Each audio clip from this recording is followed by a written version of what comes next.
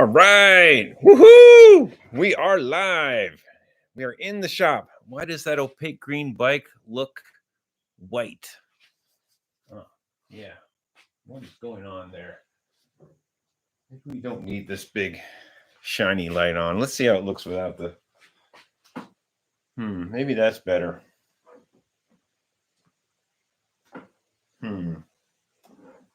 Yeah, I don't know about this big light. It's making it look kind of white. We don't want that. Okay. Right. So today we're going to work on a Schwinn approved, made in Japan, World Traveler. I picked up on Facebook and I couldn't resist. It was a deal, and it is opaque green. Let's get a little closer. And it's not in the. Why does that look so white? Huh. It's not in the catalog for 72. That's a little better. It's not in the catalog for 72. It did not make the catalog. The World Voyager in opaque orange and opaque green did make the catalog, I believe 72 and 73. But the World Traveler did not make the catalog. And the pictures I've seen from people that have restored ones or really good ones is these bars are correct with the black tape, and the black seat, which is right here, is correct. Nothing to write home about. It is a Schwinn approved stem. It has the S on it. We're not going that route. And somebody advertised it as a 3-speed on Facebook Marketplace because they don't know what they're talking about, or they just, I don't know, just wanted to make it look like it had 3 speeds. It didn't. What they had was had a 1-speed chain rings, the 2 chain rings on there. So they thought, oh well, if you lengthen the chain, you could have it into a higher gear. But no, that's not how it works. I do have a bike that has a derailleur that does that, but this is not one of them. And it's not going to be. What we're going to do, we're going to take this front chain wheel off, and we might re-grease the bearings too at that point. Probably going to re-grease the bearings. Then we're going to throw this wheel on. These tires are fair. We're just going to use what was supplied with the bike. They're steel rims. We're not converting it to 700C. I thought I was going to, but I'm not. And let's get cracking. We're just going to see how far we get. We might convert it to center pole brakes, and we are going to convert it to upright bars. I mean, it's not going to be a 10-speed. We're not racing it. It's opaque green. It's a Schwinn approved frame. I really don't go for the Japanese frames, but it does have the one-piece bottom bracket, which is cool. And it is opaque green, which is kind of neat.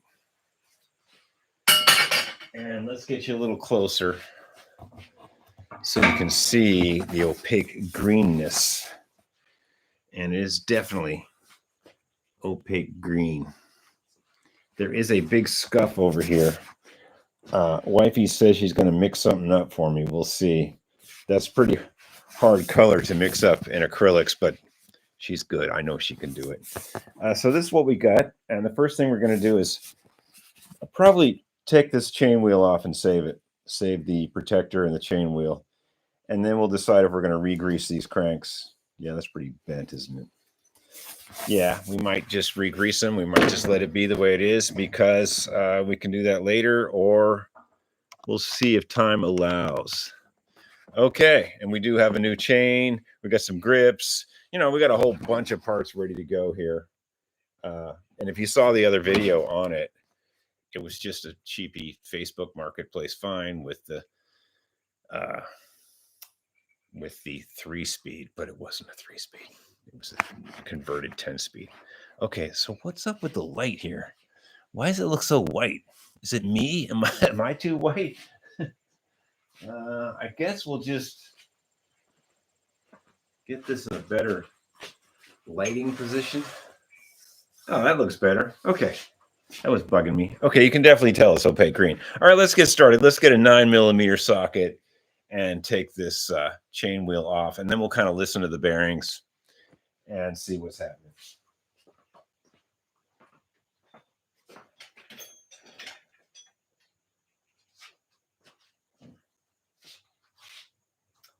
that's a 5/16. Oh yeah, that'll work. All right. Oh yeah.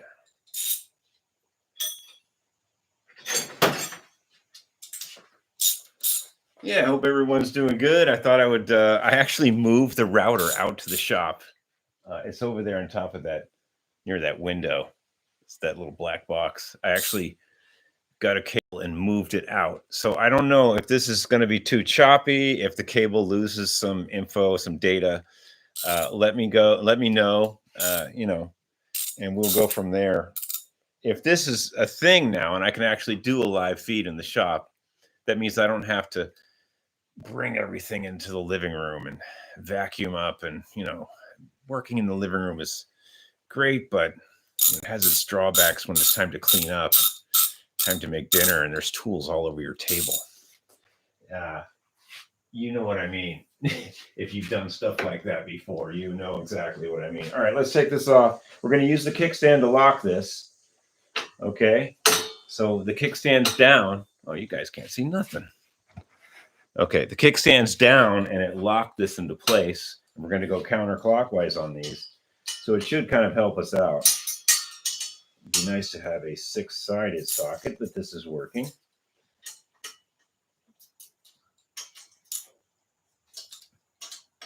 This is a cheap, easy way to make a 1-speed freewheel bike with a Schwinn. I believe it's a 38 tooth on the small sprocket, and let's get a little extension for this.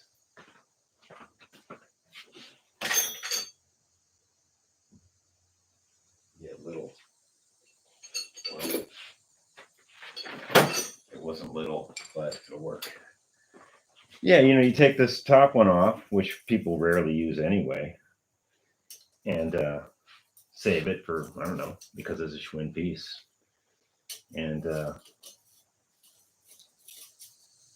these are 9mm. You should have a 9mm 6-sided, or a 5/16 will work as well, but I think 9mm is the actual size if you want to be all precise-o-matic.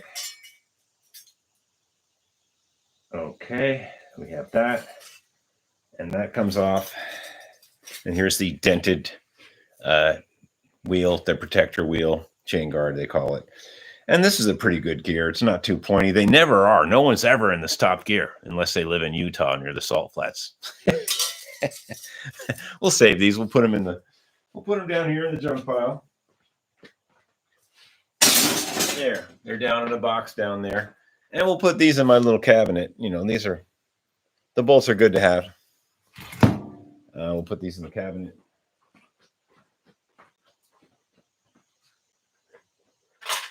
And away we go.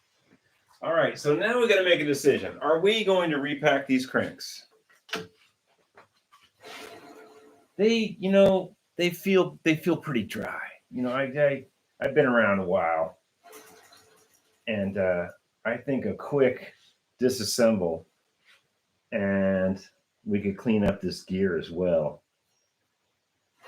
Yeah, and then if we take these cranks out, we can see exactly if they're stamped 72 and if I'm right on the date, which I think I am. You know what? Let's take them out. Wipe off the bearings, and slap some grease in there. They're just too. It's just too noisy and dry, and we do quality mistakes here at Faulkner Fixes All. Let's get a wrench. Yeah, let's put this junk over here.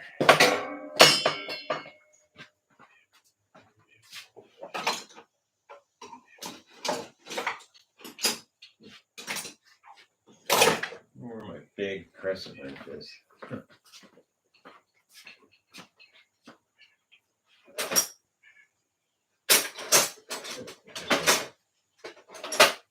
Okay. Well, I don't know where the giant crescent wrench is, but we have this one, which is pretty gigantic. So we're going to use the kickstand again.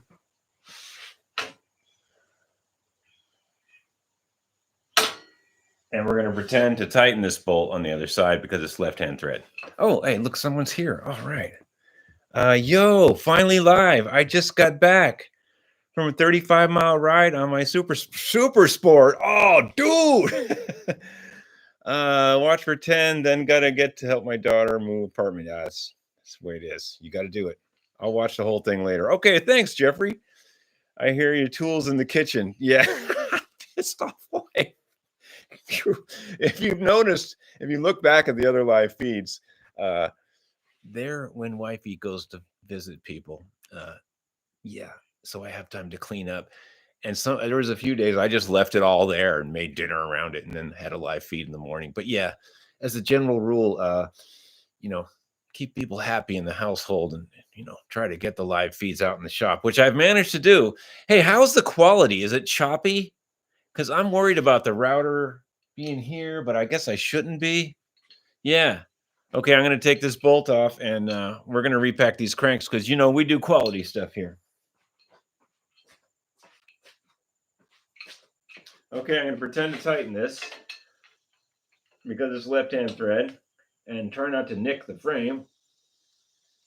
There we go. Okay.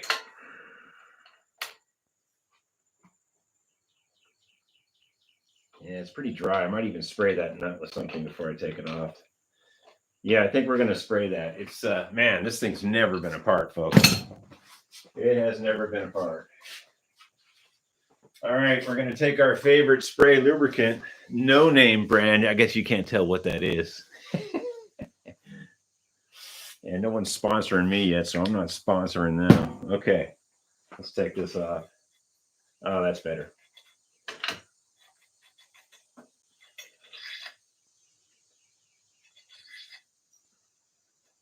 All right, get the adjuster out.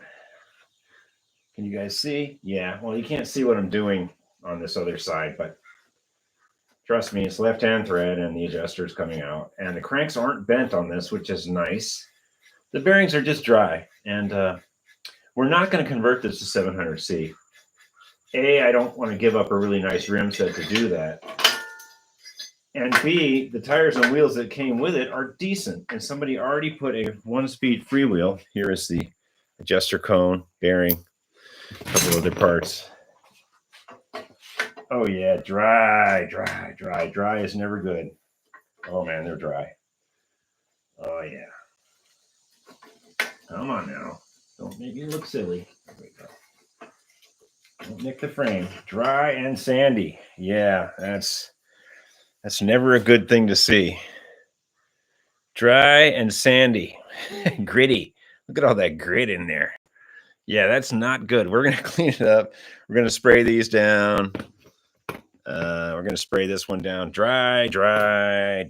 And these are dated 2 of 72. TS. I don't know what that TS is. I've never seen that. Schwinn approved. Traveler Schwinn. I've never seen the TS on there. But it is stamped 72. 2 of 72. And that would make total sense. The catalog. These didn't make it to the catalog. These only the World Voyager in opaque green and some other weird orange color made it to the 72 catalog. The World Traveler did not make it to the catalog. Quality good. Ah, awesome, man. I was hoping so. Okay, we're gonna spray this down because this is nasty. And we gotta, man, look down in here, guys. Oh man, nasty. There's like little dead bugs and stuff. What is going on? Is that a bearing in there? Oh, it's a bearing. No, it's a little acorn. Oh, a little acorn. How did that acorn get in there? From up top? Wow, there's a little acorn in the frame. A tiny little acorn. That's a new one on me. How did a mouse get in there? How did a mouse get inside this frame? Okay. Yeah, it looks like a little, maybe it's edible. That's a weird one. I thought it was a bearing, popping out. A tiny acorn was in the frame. Okay. Wow. All right, we got to clean that, and we got to clean these bearings, and we got to make this look nice. Let's get some racks. All right. And we don't really have a cleaner. All we got is the no-name brand stuff that's not sponsoring me. So we will spray it in here and try to clean this goo out of here. The cones look pretty good.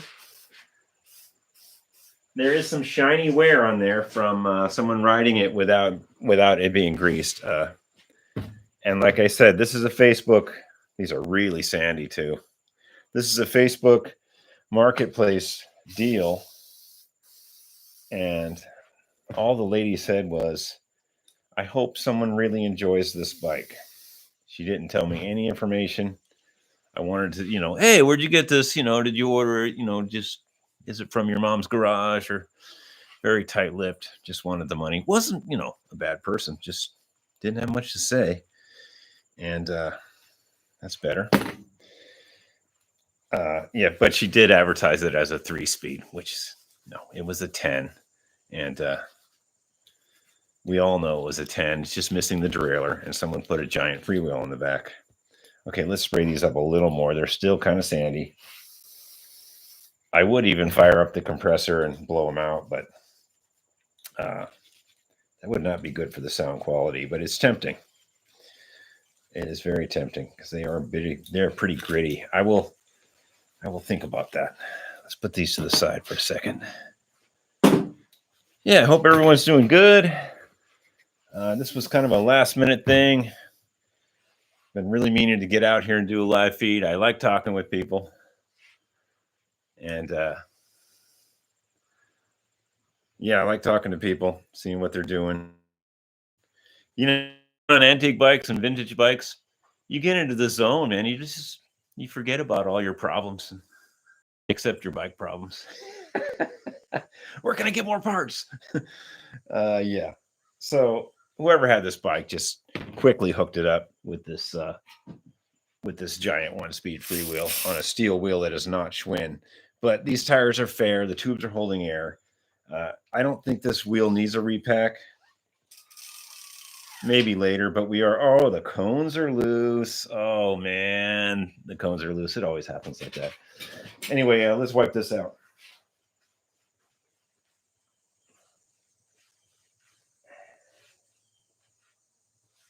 Oh, man, these are really nasty. Dude. I mean, they're not worn nasty. They're just never been greased. And I don't know where that little acorn came from. What the heck? How did a little acorn get in there? Did a mouse? Oh, the only real way is, oh, right. I see what happened. A mouse went under the seat. And where'd that acorn go? Here it is. A mouse went under the seat and got down in there and brought the acorn with him, shot it down. And I guess he was living above the cranks. And the first time someone tried to pedal, he had a little awakening. But must have been a pretty, well, they say 1/4-inch hole. A mouse can get through a 1/4-inch hole. So I don't know what that was doing down in there, but it'll obviously fit through here. Yeah, okay. Needed grease. I had a TS on my SS crank, early 73. Yeah. Well, I wonder what the TS stood for. Yeah, all right. Well, we're polishing these up, and we're going to spray these a little more.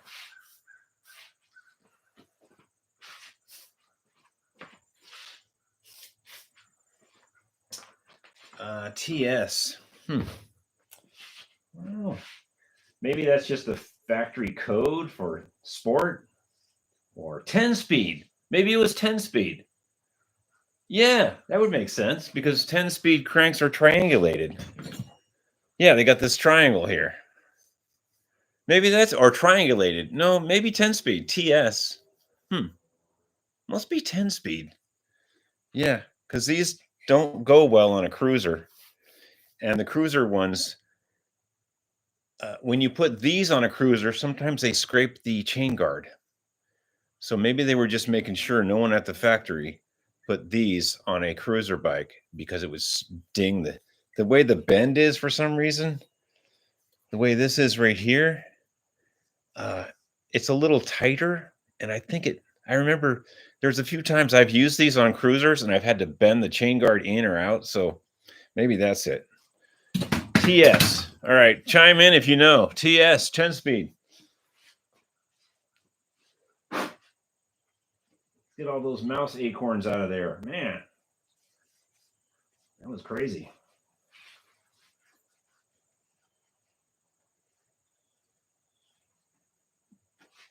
I don't see any more in there. No. Okay, 1 acorn per bike. That's our motto. All right, those are clean. They look pretty good. They're not too scratchy. Yeah.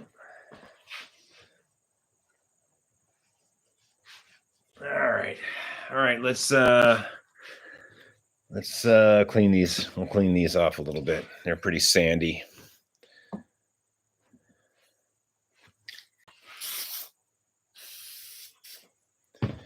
Yeah, half the thing about working on bikes is just cleaning and putting new grease on. It's not complicated. There's a few special tools you need on other bikes. There's a few tools I really want to get, and one of them's it's a special tool. Even Schwinn made it, actually. It's for removing cothered cranks. It's a driver. You put it on the 3-piece cranks, and it drives the pin out without hammering it with a brass hammer or dealing with heat. And it's a really nice tool. My friend had one he loaned me for a while.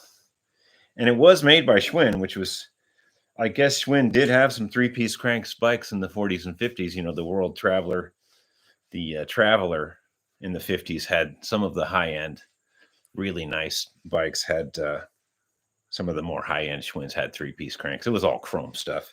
And it said AS Schwinn and all that stuff. So they are out there. Okay, this looks pretty good. We could even use some steel wool or some chrome foil or something. I think we just don't really have time to use the aluminum foil today, so we're just going to do a quick whammy on it, steel wool. After all, you know, a live feed shouldn't last 4 or 5 hours, you know. All right. I mean, it's not the chrome isn't the best on this. We're just going to chuck it back in and use the 38 along with that giant freewheel they put on. And we're going to go with that gearing. It'll be like being in 3rd gear on a 10 speed. And that's just about what you need. Okay, TS 10 speed. Oh, look, it's Japan stamp too. Look at that. Japan. Wow. I did not know that Japan made triangulated cranks. For 72, Japan forged their own cranks for Schwinn. Wow. That's scary. Scary knowledge. Okay, so these are, you know, we're just going to put them back in. We'll run the tap in both of these just for GP in a second. All right, so let's see. Any comments? Acorn, you should plant it and see what grows. Every once in a while, I do hear a slight glitch static in the connection. Oh, yeah. I mean, I'm doing the best I can do. I told wifey not to get on the internet, so maybe she's checking Gmail real quick. It happens. You know, I think I'm going to blow these out. I hate to do it to you guys, but I need compressed air.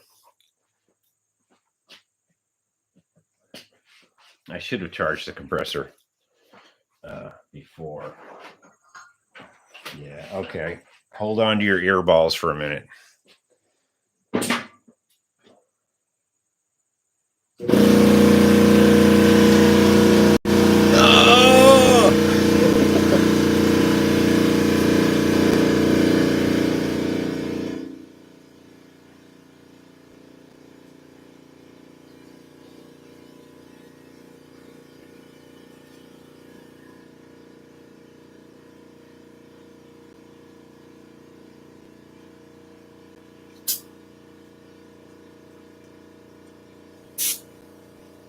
Sorry about this. I got to have compressed air right now.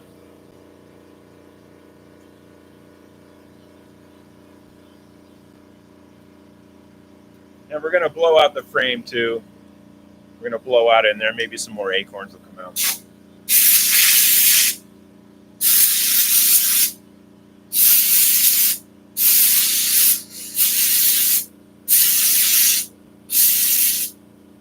That one's pretty good.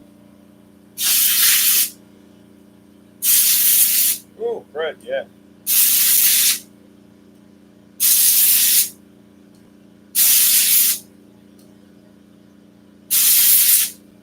All right, that's good. Let's blow out the frame too.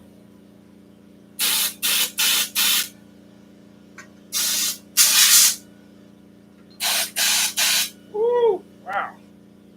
There's some action that came out of there. Sorry, spiders.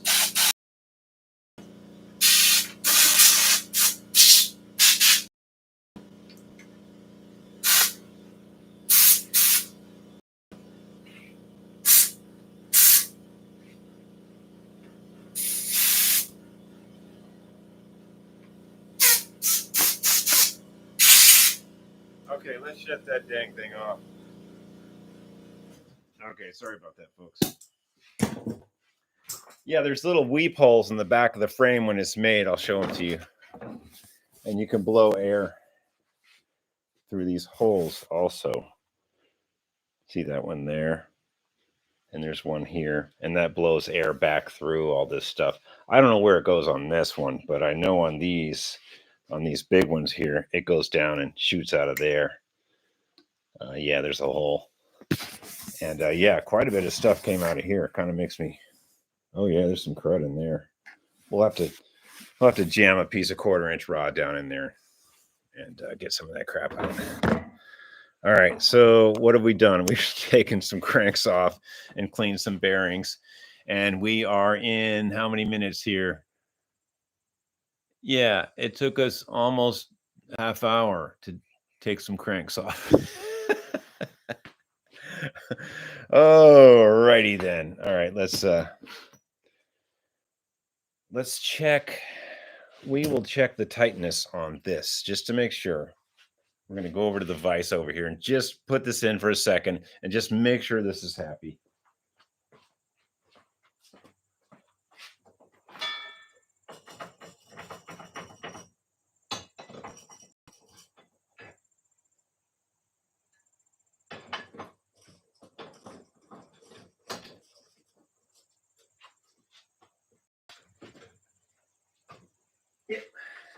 Yep, that's happy. Take that to the bank all day. All right, let's get some grease.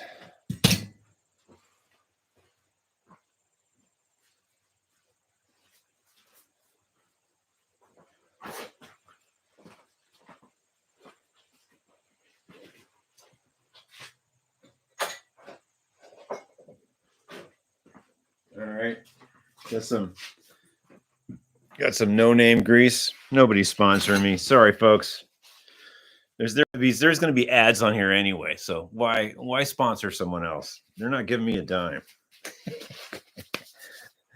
All right, let's pack these up. You guys here? All right, good. Looks pretty good.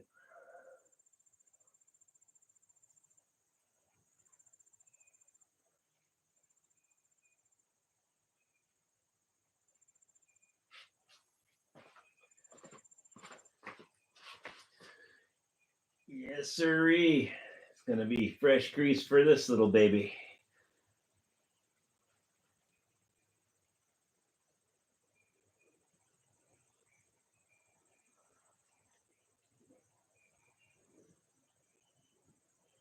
Okay, this opaque green bike is a little faded. It has been out in the sun. It's not like my other one. And maybe the Japan models had the color slightly off. I'm not quite sure. Let me wipe this off. But it is, it is opaque green. It's not as vibrant as the one I have made in America, but all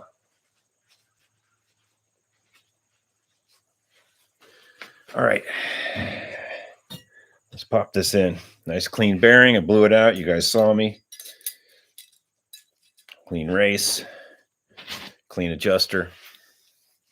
And we're going to try to slide this through without getting gobs of grease on this. If you can just slide it through without getting a lot on there, you'll be doing pretty good.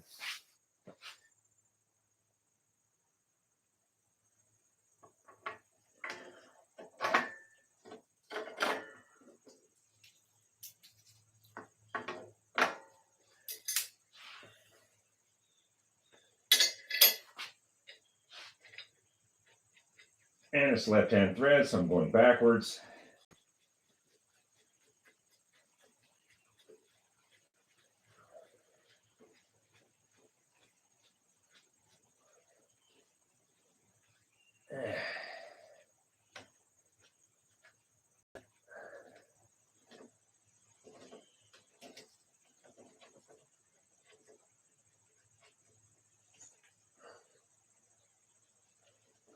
Oh yeah, much better, much better. You know, you got the bike on the stand. You can do this now. It's on a stand. You should really just go the 9 yards and repack everything.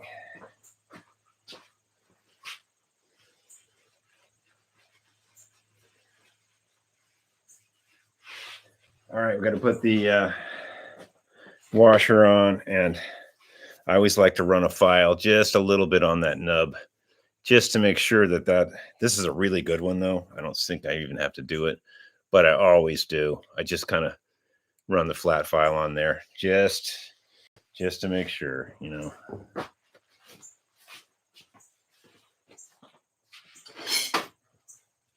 I don't think anybody's ever been in these cranks, actually.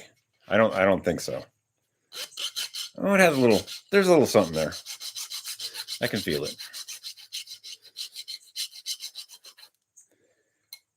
You're ruining the finish. Yeah. Yeah, it took a little off. See that little shiny spot right in there? It took a little bit off of there.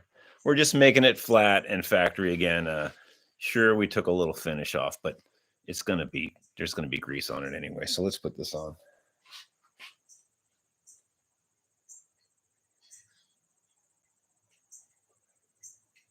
I know you guys can't see anything from that side, but it's going well. Don't worry. Clean this off a little, and then we'll adjust them up. It's got a little rust on the front side of that there. You can see a little corrosion on there. You're ruining the finish. You're sanding the gunmetal off, you idiot. I'm sure somebody will chime in on me. Okay, we got some. I could even blow this out with compressed air, but the threads look pretty good in there. All right, we're going to put it on.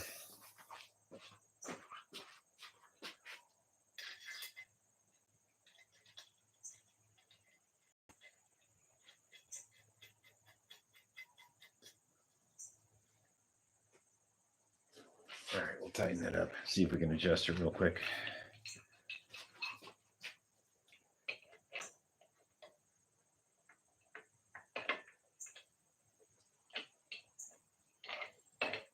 There is an actual wrench for this. I just don't feel like digging around for it right now. Oh yeah, nothing wrong with that. That feels a lot better than it was before.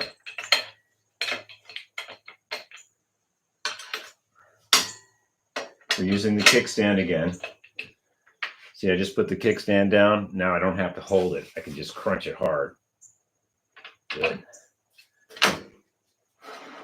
Oh yeah, that is sweet. Okay. Repacked cranks. Check. Clean grime off of gear.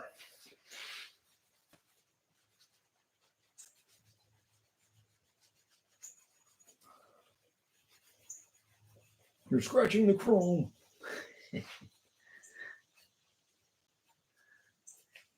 And we did check the tightness of the outer race here that holds the chain wheel on. We did check that, and it was good. Nothing wrong with that. Take that to the bank all day. All right, here's another little deal. There is crud. I should have done it when I had the cranks out. There's crud in here. Down in here, there's some nasty goo. And we're going to spray some WD, and we're going to cut this rag a little thinner. And we're going to run that rag up and down and through there. Let me cut this into a strip.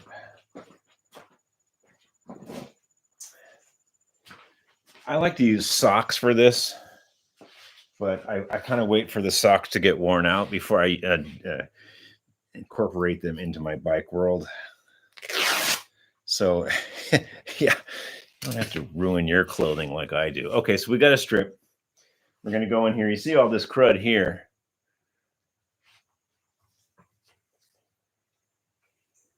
Right here, all this road grime.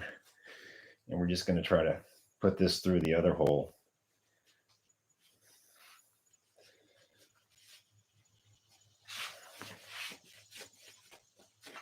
Like you're giving someone a massage, you know. Massage that dirt away, Sonny.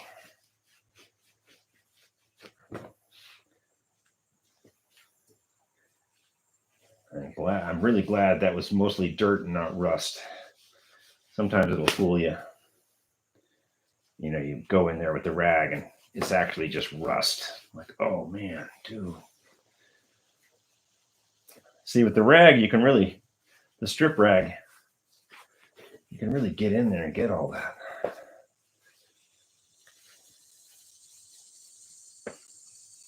Okay, you know what? We're going to hit it with some compressed air too. I know I said I was done with that, but I lied.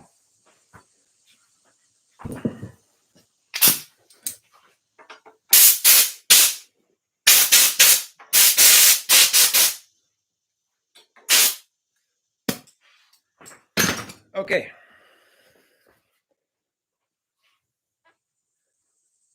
Wipe off this excess. Cranks feel great. They feel wonderful. Okay. So that turned out pretty good. As you can see, we got all that road grime out of there. And that would have been kind of hard without the little rag. And, you know, I probably should have done that with the cranks off. All right, so let's get back to where we were before we were rudely interrupted with nitpicky grime removal. Okay, so we got cranks. And next, let's throw the back wheel on and put a chain on this baby. And the back wheel, oh, right, the back wheel, the cones are loose. Right, I forgot these lock nuts are loose. Well, we're going to have to deal with that, obviously. Yeah, let's get some cone wrenches. You know, this probably should be repacked, but I think I'm going to let it go for today. See how it rides first. Let's get some cone wrenches here. Here's a 14. There's a 17. All right, let's get you back a little. Maybe we can do this without knocking the computer down. Now, if this, oh, this one's loose too. Damn it. I was hoping this one was tight. Oh, we're going to have to take this out. Shit. Okay. Well, we got to pull the axle, folks. Both of these are loose. I was hoping on the freewheel side, if this piece is tight right here, which it's not, I can see it spinning around. Maybe. No, it's spinning around. That means we got to take the axle off. And if we're going to do that, we're going to repack it. Oh, man. Okay.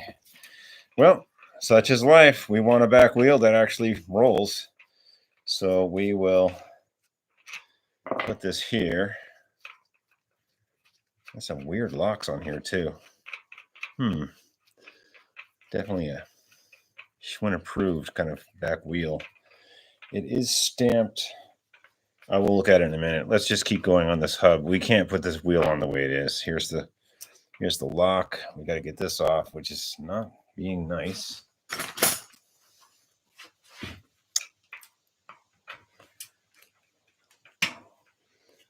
And it's not being nice. And I see what's happening here. Well, if it's not going to be nice, we're not going to be nice. You'll be nice or else. Yeah, it's kind of spun on the, oh, there it is.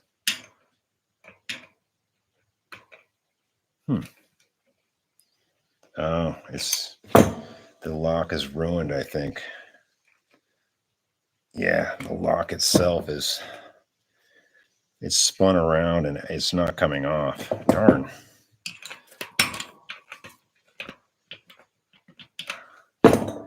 That's not being nice. Yeah, the peg on the lock has spun into the threads, and I can't really get it back to peg land. Okay, well, see if we can get this side off.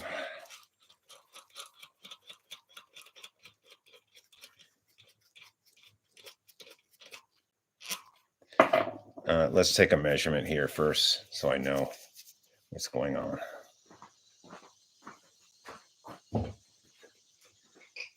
And we got to get that lock pin off. We got to get that lock washer off somehow. That's probably why it loosened up.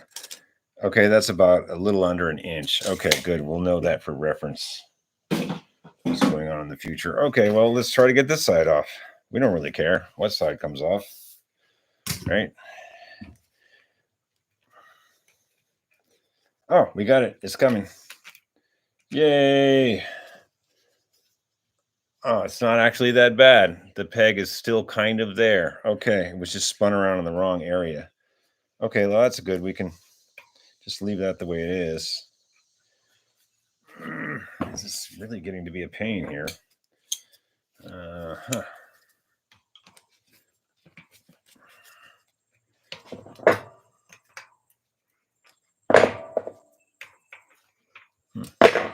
Oh, there's another one there. There was two.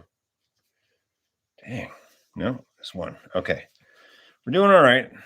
Figuring it out.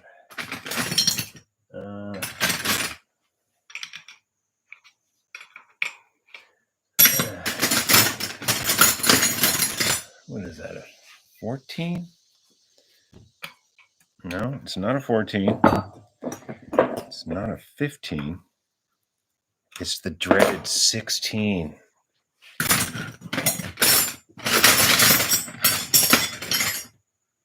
The dreaded 16 millimeter.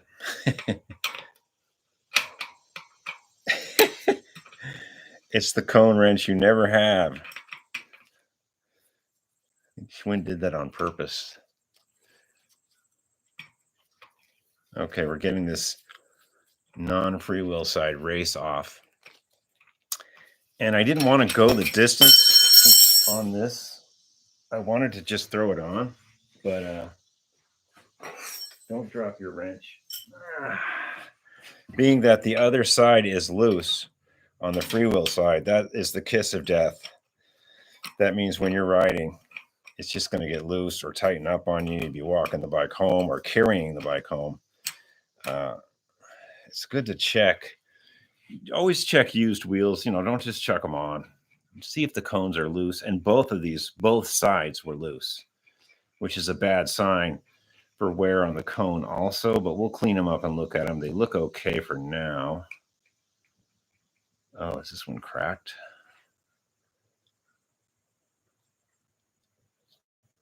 Oh, I hope we're not looking for a new cone. We'll have to look at this very carefully. Okay, so this should slide out now.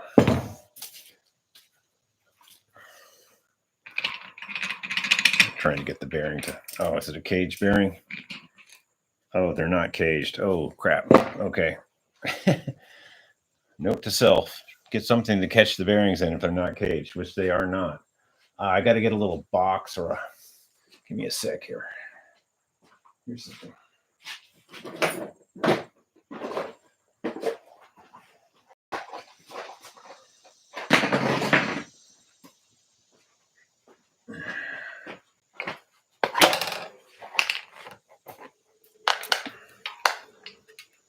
Okay, I'm kind of knocking them down into this thing. Okay, we're kind of just knocking them down into this catcher. I thought they'd be caged. Most Japanese bikes are caged, but this one is not. Let's see. Should we just pop that out? Yes, we just popped the retainer out. And we'll just pop those down in there. That's good. And let's check the other side. We'll pop this retainer off. And it's dry and chunky grease. Definitely a time for a re-grease. Kind of glad I didn't just ride that like that. That's how you ruin cones and stuff. Yeah, that's how you ruin stuff. Okay, let's spray this out real quick. And then we'll tighten this up. See, this was loose. See? This was loose. That's a no-go. That has to be tight. And you can't tighten that with the freewheel on. You can't reach in with a cone wrench and get that. And this axle appears to be in very good shape and not bent. Okay. Let's spray some stuff in here.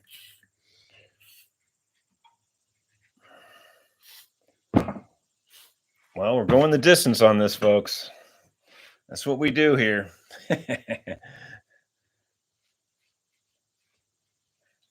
Ooh, that grease is nasty.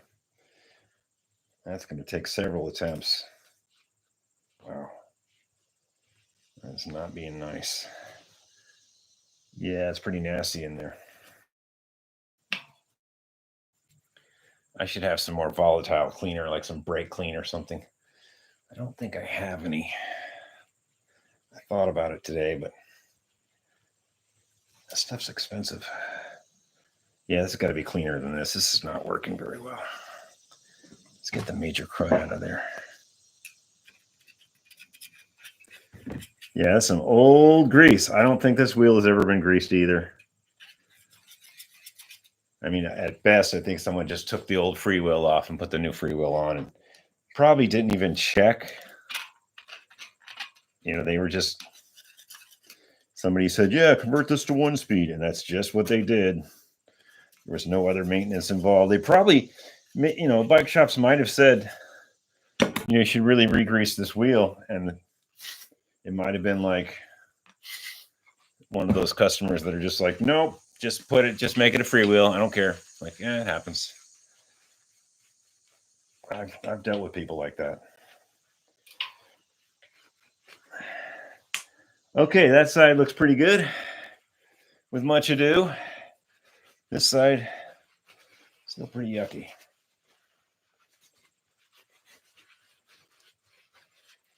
Yeah, I'm just not getting the leverage I need with this freewheel in the way.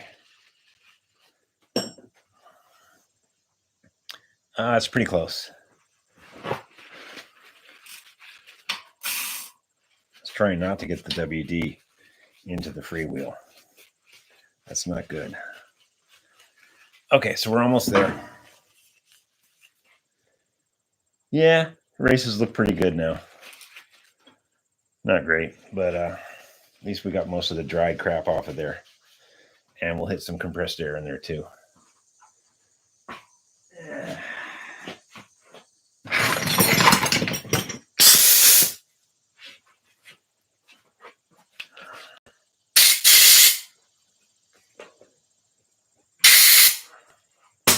Okay, so this rim's ready to put the clean bearings, which aren't clean yet, and the dust caps, which are not clean yet.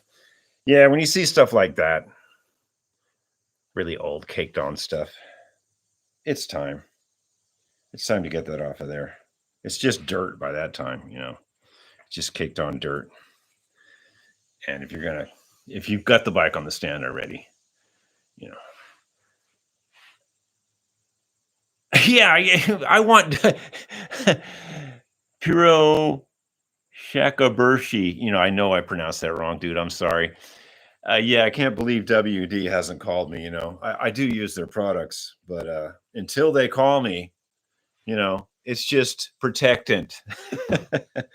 It's not really a lubricant. I don't spray it to lubricate much. To clean bearing surfaces, I do. I had a friend that worked on old cars, and he caught me spraying a wheel bearing off with it. He's like, "You idiot! the grease will never stick on that wheel bearing again. I'm like, man, I use this on bikes all the time to clean bearings. He goes, no, the grease will never pool up on there again. We have to change the whole bearing. And I was like, man, come on, dude. But, you know, he worked on Packards and stuff from the 40s. And I guess I can get his point that maybe you were contaminating the bearing so grease wouldn't go on it. But give me a break, folks. And, you know, I tried to defend myself. Like, I've been cleaning bike bearings for years. He goes, that's a bicycle. The loads are different.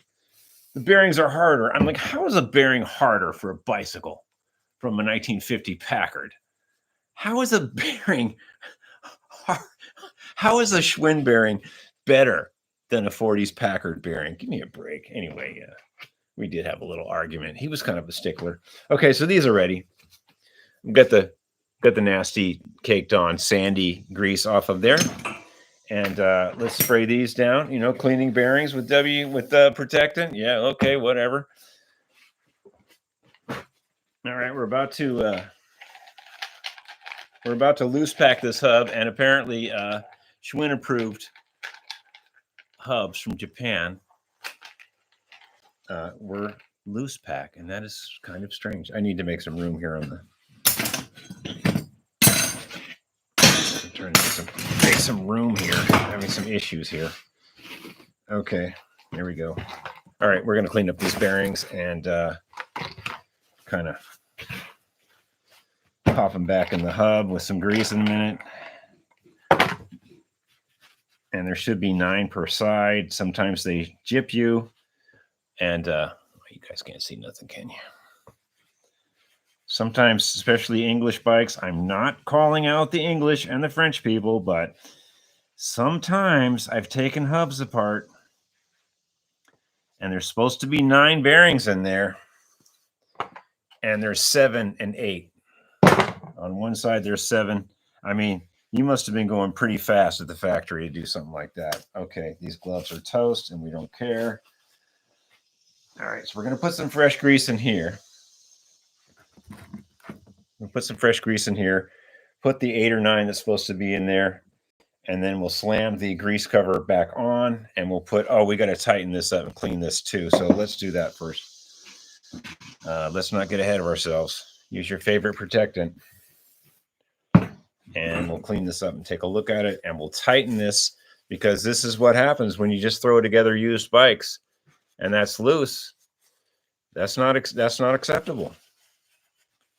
And this race has wear, but it's good. Yeah, there's wear on that, but it's not bad. I don't see any giant pitting. All right, let's tighten that up since we can with the dreaded 16mm spanner. The one you never have. The one you never use. There, and this is probably 16 as well. Oh, man. Oh, yeah, it is 16. Of course it's 16.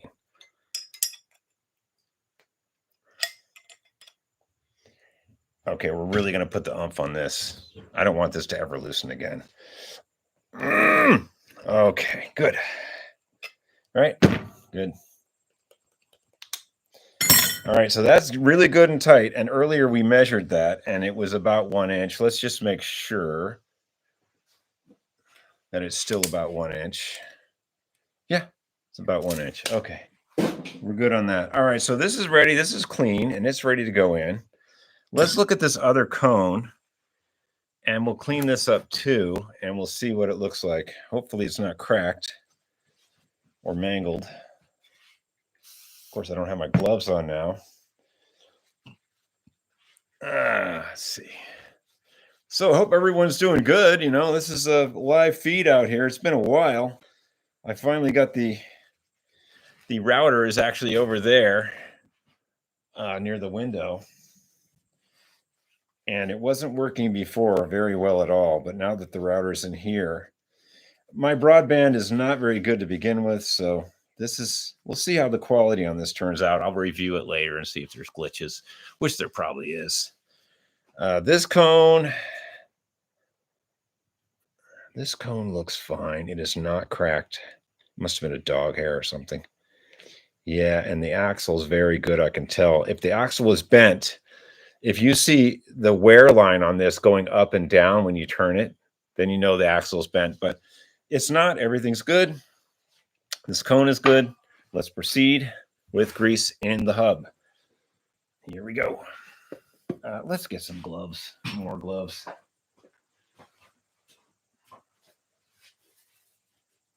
Okay, I have one glove. Looks like I have one. Michael Jackson, man. He works on bikes too. All right, let's get this in here. We got some grease. All right, that's probably way too much. That's okay though.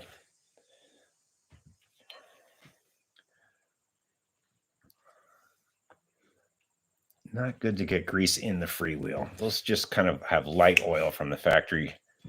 I was trying not to spray any WD in there, or my favorite protectant. Not good to spray stuff in them. Light oil if you really need it, but you shouldn't need it. Should be greased from the factory, like they say. Factory. All right, let's put some bearings in, and then we'll put the dust covers on. Anybody chiming in yet? Okay. Just the hardcores. All right, so we should have 9 on each side. Let's see what we got here as a total. 1, 2, 3, 4, 5. Stay up there. 6, 7, 8, 9. 1, 2, 3, 4, 5, 6, 7, 8. Ah, ha, ha, ha. Yeah, they 8 and 9 us, man. I knew it. 1, 2, 3, 4, 5, 6, 7, 8, 9. 1, 2, 3, 4, 5, 6, 7, 8. Yeah, they skimped us on a bearing. Oh man, I don't have time to go digging around for bearings. That's not acceptable. You bike assemblers out there in the 70s, putting 8 on one side and 9 on the other is not acceptable. We could do the right thing.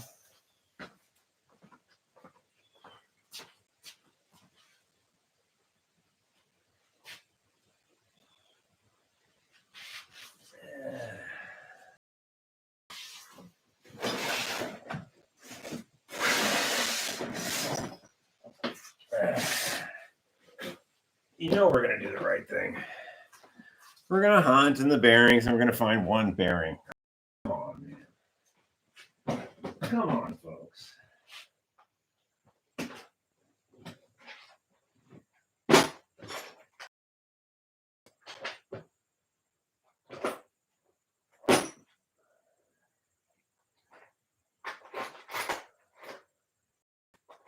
Yeah, I'm not having any luck finding bearings. The forks.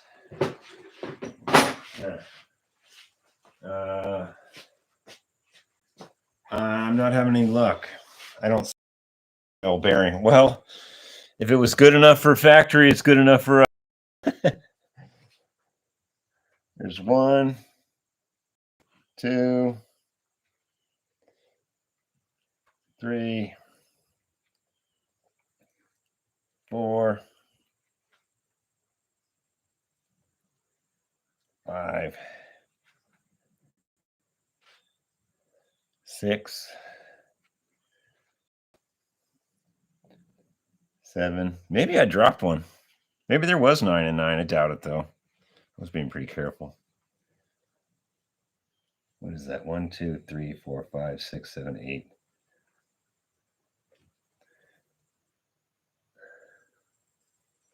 1, 2, 3, 4, 5, 6, 7, 8, 9. Okay, there's 9 on that side. 2, 4, 6, 8. Okay. Yeah, I don't think I dropped one. I think they gypped us at the factory. It happens. Let's put the dust cone in here. And we'll tap it in with a socket or something. Give me a second.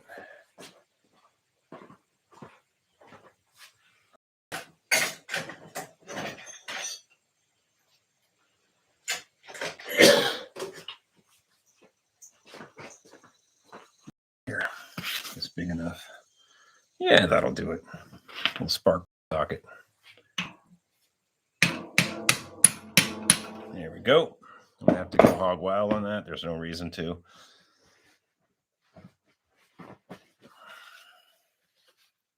Try not to get grease in the wheel. It kind of gums it up. Okay, so those are in. And we're going to go ahead and put this axle in right now. And it feels great. And yes, it pushed a huge blob of grease out. That's okay. All right, so now we're going to move this and kind of declutter a tiny bit and try to get this sitting on the axle, which it is now kind of. All right, let's drop our 8 in because somebody at the Schwinn factory in Japan was going kind of fast that day. I've seen it before. It's usually on import bikes, especially English and French cheap 10 speeds. There's always a bearing short. Usually on the front wheel, there'll be like 7 and 8 instead of 9 and 9. And I don't know, what was going on with the quality control. I do know in the 70s, there was another bike boom and things were moving very quickly. And a lot of the hubs, a lot of the 10-speed hubs in the 70s were very quickly made. And they were just out of true, like where the freewheel goes on. This is probably one of them. Okay, so we're going to put this race on. We clean it. Just going to disregard the fact that we're one bearing short.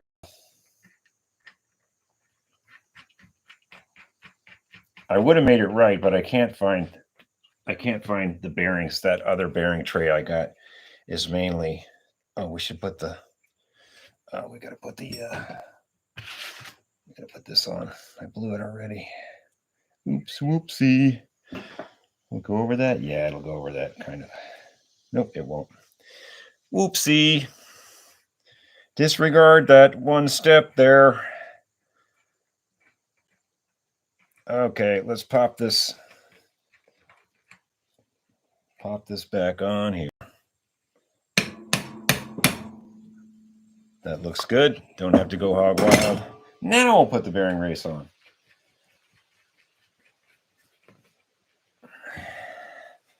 Yeah, that was a lot of work just because someone didn't tighten those up. But if they're both loose, then it's time to repack the wheel. Someone's been riding it loose, and those settings are going to be affected. The settings on the inner races, on the cones of the bike are going to be affected. And, we'd like to actually ride the bike without the back wheel seizing up. Okay, so we're ready for some lock action. And feels pretty good. Oh, yeah. It's nice to have grease in there. All right, so let's figure out these. And we will run the file on these both. I thought there was 2. Huh, I thought there was 2.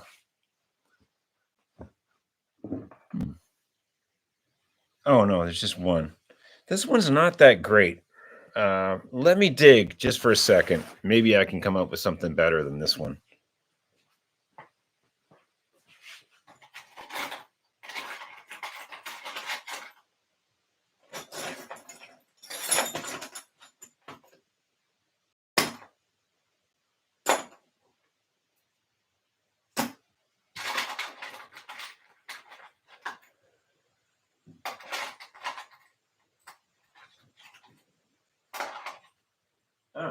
Okay.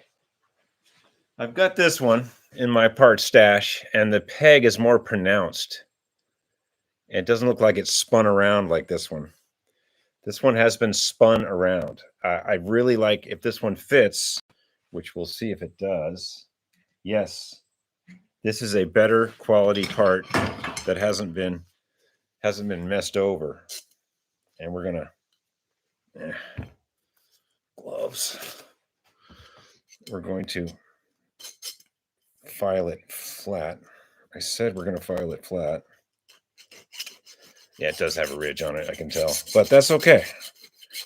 We're just making sure that that little square thing is as flat as it can be.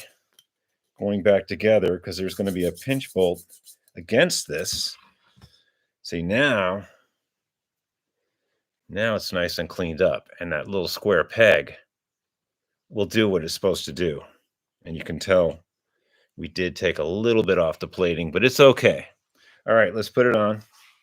Pile that up a little bit too, just to make sure it's flat.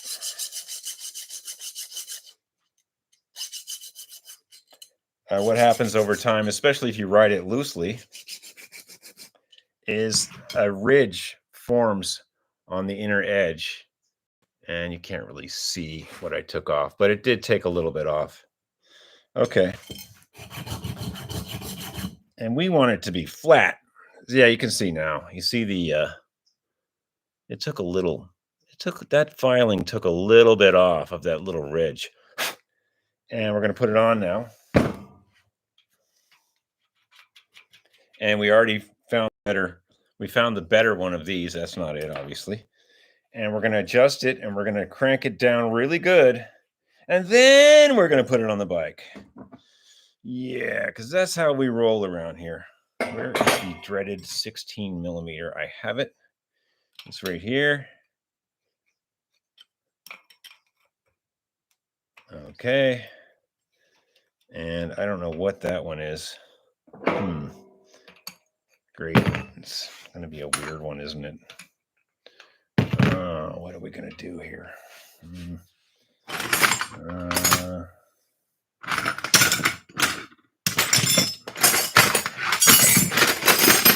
Let's try this one.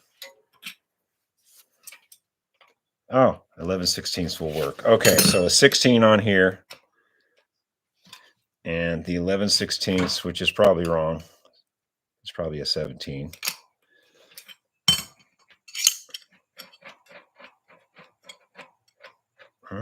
It's a little tight.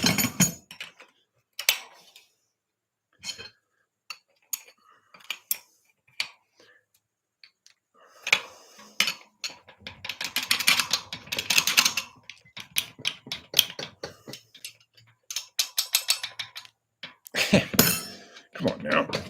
Don't be silly. Don't pound on bearings. Okay. Well, the axle is slightly bent, I can tell. That's okay.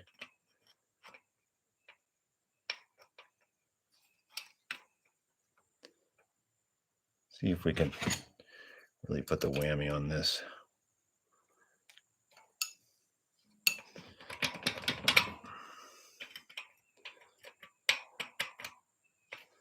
Trying to make sure this little retainer is tight. Dang. Okay.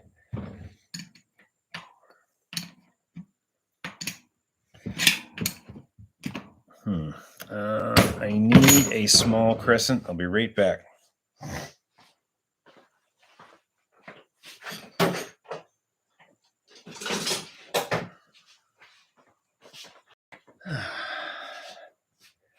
Okay, you guys still there? Yes, you are. Man, I really like that retaining nut. Okay, good.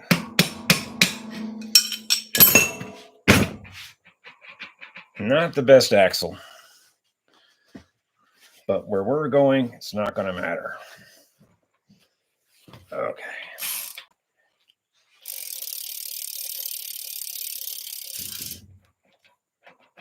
Not bad. Not bad. We replaced one. These are some nice little deals. I pinched the frame. At least I didn't skimp on those. Schwinn probably sent those to him. Okay. So this wheel is ready to go on. Look at that. Hey, we did the right thing. We we cleaned it, we repacked it.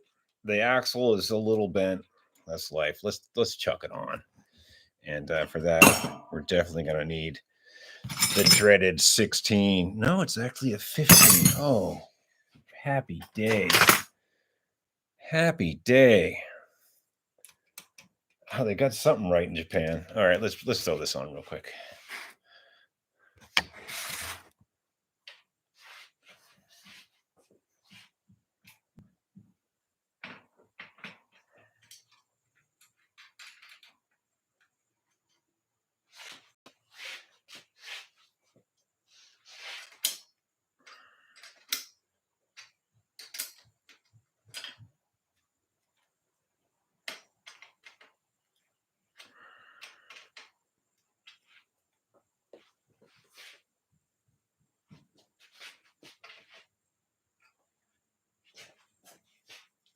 Oh, the wheel has seen better days.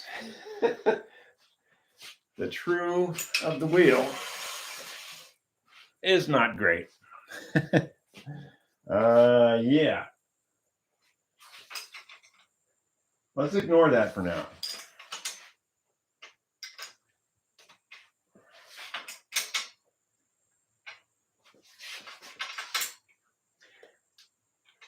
And we'll just straight ignore that for now. And yeah, it's pretty bad. It's got quite a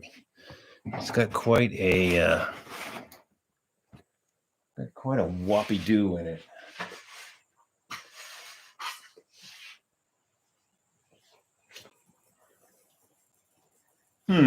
Let's try to chew it real quick. Yeah, we'll give it a shot.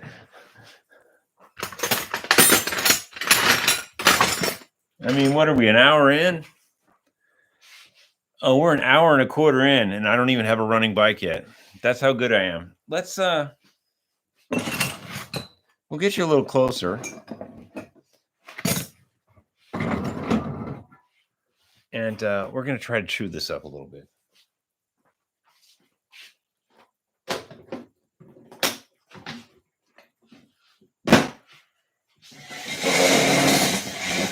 Who needs a chewing stand, right?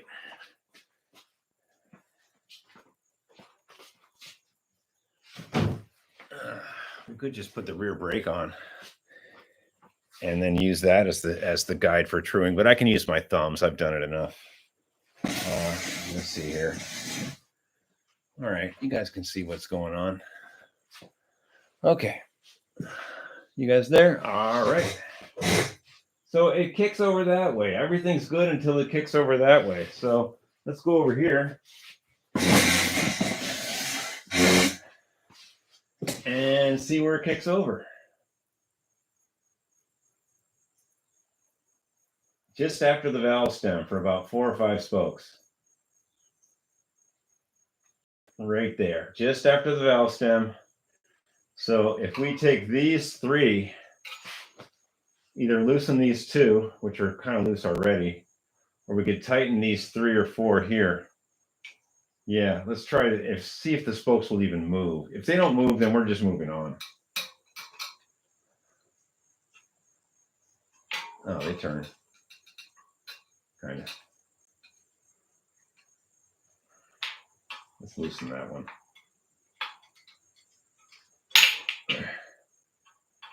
It's been a while since anybody's played with this rim.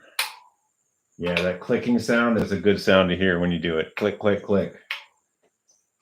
That means it's doing something. Okay, we're going to loosen this one and tighten this one a wee bit, a smidge. Go slow. Don't do things. Don't just go hog wild. Just take your time, do a little bit at a time, and then we'll check our work.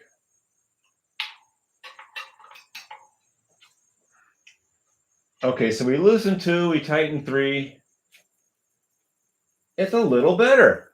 It's a wee bit better. Not perfect. We sent that somewhere else. That little ding went somewhere else in the rim, probably completely different from where it was.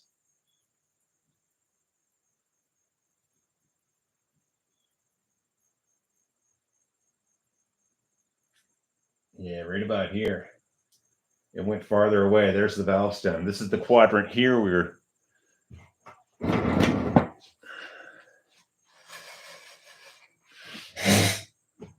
This is the quadrant we were messing with here on this side. But the thing is here now. So let's tighten this one and go from there.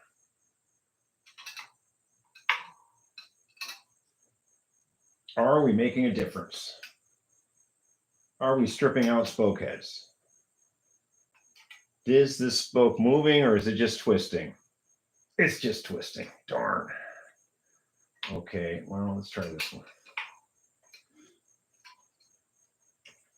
Okay, that one actually tightens. That's good. Okay, so what are we doing here? Okay, now it's kind of going over this way a little. Let's see where that is.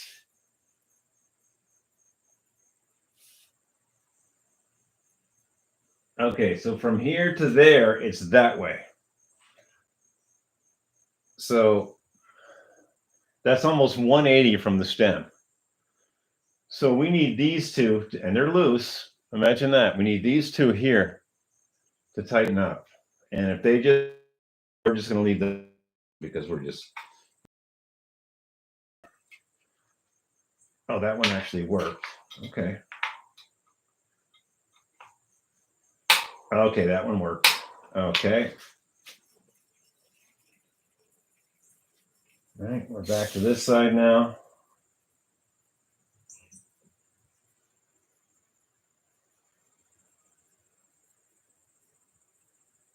Okay, right here, which is a little closer to the stem. Now we got to tighten up this side. We should probably loosen that side to make sure, but what's going on with that? Okay.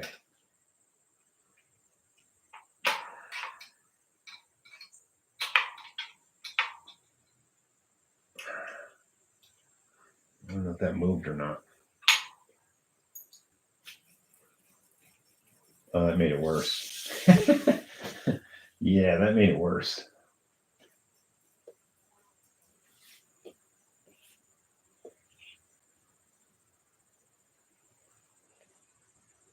Okay, so from here to there, we got to come back. Maybe I went the wrong way. Okay. Oh, these are super loose on this side too. Okay, I see. Okay. All right. Now it's back to here. Takes time. We are making it better though.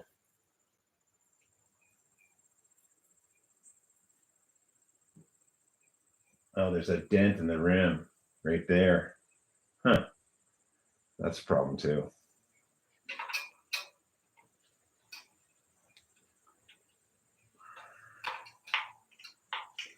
Until I get the back brake on, this might just be as good as it's going to get for right now. Yeah, we're gonna call it good. There's a dent in the rim. I'll show you guys where it's at. Oh yeah, it's right there. Yeah, here, I'll get you guys in here. You can look.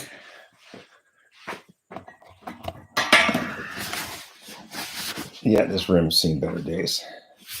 There's a dent right here. You can see that little dull patch. Yeah, somebody hit a curb pretty hard there. And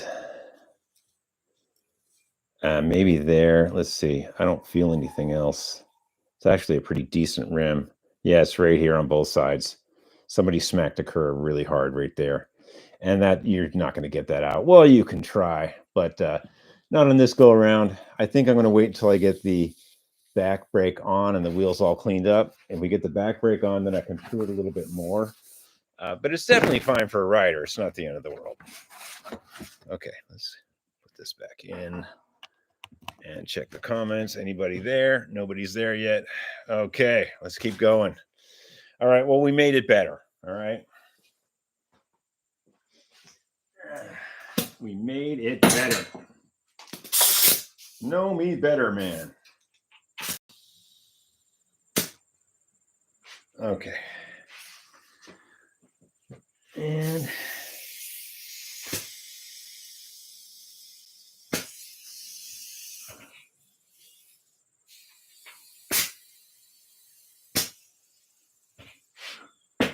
okay, so here's the front wheel.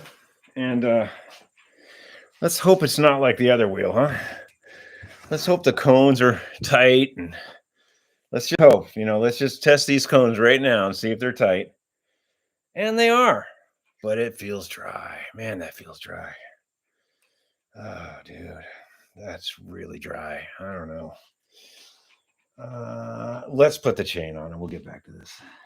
Let's do some fun stuff. Fun stuff. Party down. Fun stuff. Okay, let's clean this rim up a little bit and we'll put the chain on. The chain. Yeah, this is an Araya rim. And it's in decent shape, except that little blip, someone hit a curb. And we'll clean it up a little bit. We'll put the back brake on maybe. And if we adjust the back brake tighter than it should be, we can true it up even better. It's just like it being on a truing stand, you know? So it'll be okay.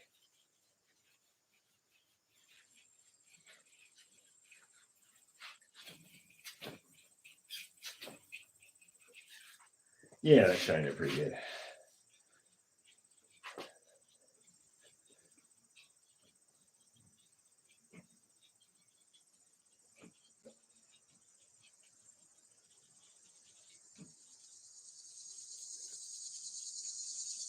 These are the tires and tubes that came with the bike. They're fair. I'm probably going to replace them at some point, but I'd like to just take this for a ride real quick, maybe tomorrow. Get you guys in on that. That will not be a live feed, obviously. Okay, and the hub is, what is this hub?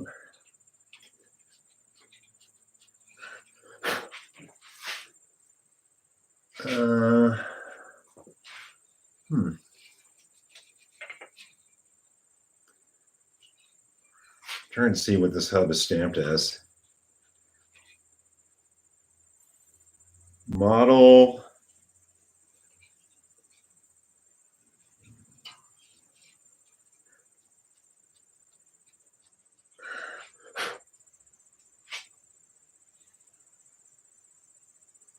Model 72. Okay. And the hub is made in Japan. Model 72. Wow. The cranks are stamped TS 72. The hub is stamped Model 72. In Japan, they really had it going on with the date coding, you know. I guess that's the original hub on this bike. It makes sense. All right, let's put a chain on it. And we got this super cheapy whammy cheapo-matic for one-speed bikes. And we don't really care. We could use a thinner chain. I think this will be fine. Let's open this up and put it on. We got stuff to do.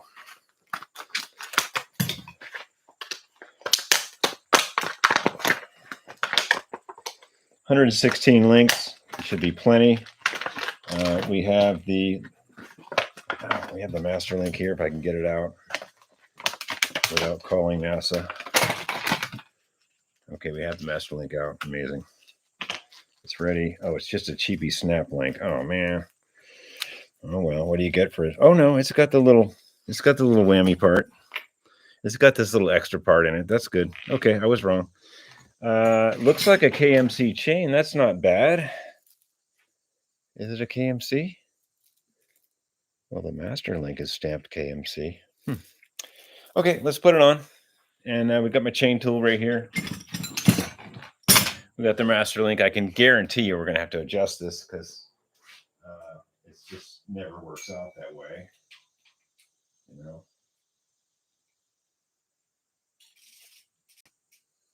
Oh yeah, we'll have extra. Okay, so rule of thumb is the wheel isn't as back as far as it could be. Let's kick the wheel. Let's kick the wheel. We got room. The wheel is about 3/4 of the way back. So if we make the chain a little tighter, yeah, let's make the chain a little tighter than it should be. And that would be, yeah, that would be this one. I'm just guessing that with the master link, definitely wouldn't be that one. We don't have that much room. And that one's about a link. Yeah, we've got the room. So we should undo this right here and fit it for a master link. And it will be too tight, and that's okay. We'll put the wheel's almost at the farthest reach as it is, and it is a one-speed freewheel, so we have room. Fixed gears are a little more dicey with the adjustment, but I think we'll be all right. All right, so this won't fit right now. We can't force this to fit. So what we'll do is we're going to slap the chain under the chain wheel. so we can just fit it. Because we know it will not fit right now. It will not go on here. We're too short.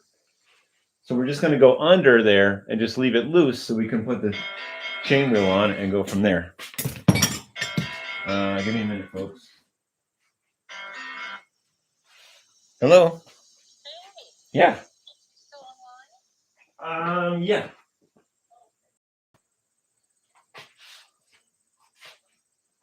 Okay. Sure.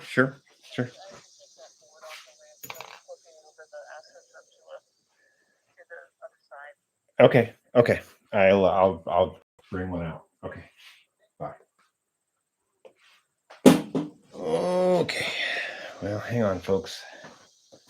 Trying to do a lot of stuff here.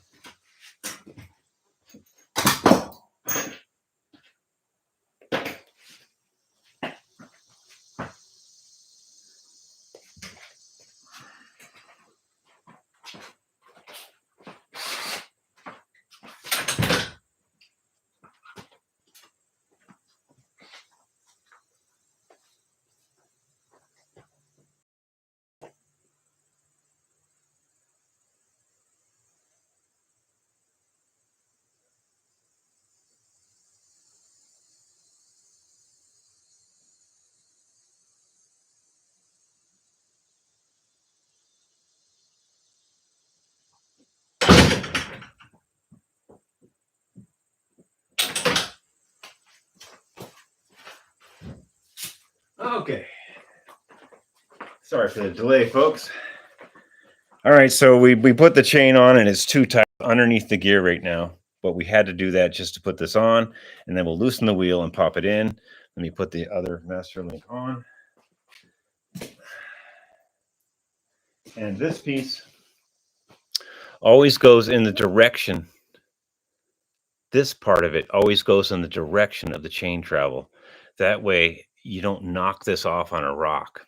People with motorcycles have been injured, and people on bikes too, that put this on the wrong way. Always put it on this side, goes in the direction of the chain travel. That way, if you put it on backwards and it goes this way, then it might pop off on something. A twig got stuck in your spokes, or who knows, something could happen. All right, let's put this on. And so the chain's going to go that way, so we put it on this way.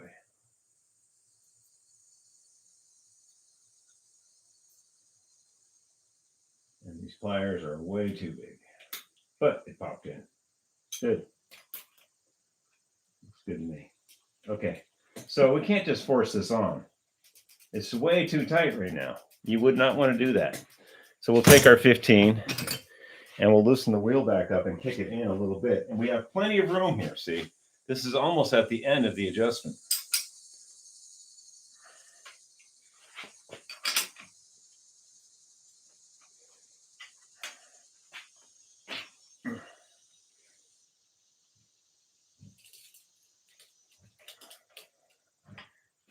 Oh yeah, we're good.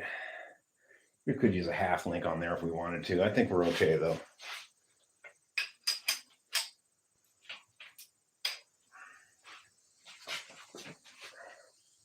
Yeah, I think we're good. Before we put the whammy on it, we'll see how it feels.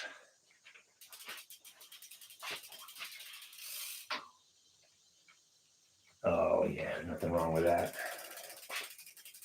Yeah. Okay, so let's get you close here so you can see what I'm talking about the master link and putting it on the right way. So the chain is driving in that direction. And so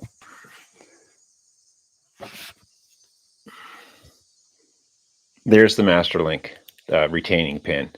And you want that to be the U part going towards the drive. So you're driving it. And that way, if a rock hits this or anything hits that, a chain guard, a rock, a twig, a mosquito, something, it's not popping. If you put it on the other way, it could pop off. And believe it or not, people on motorcycles have actually died not knowing how to put their chain back together. The chain hits something at a high speeds, and I've heard stories people have really been messed up. So if you have kind of master, put it on the right way. Okay, we're almost ready to put the. Well, we're going to repack the front wheel, aren't we? Because everything's dry. All right, so looks pretty good. It's a little loose. See if we can adjust some of that out.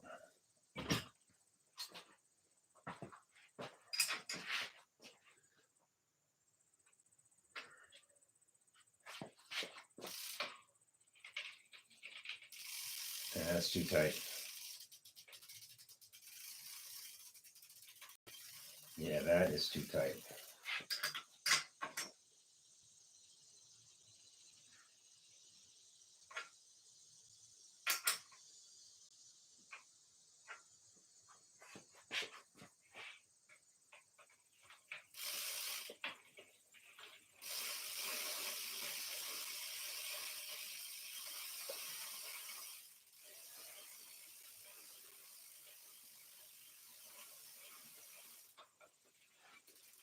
That's not bad. I think this gear is a little worn.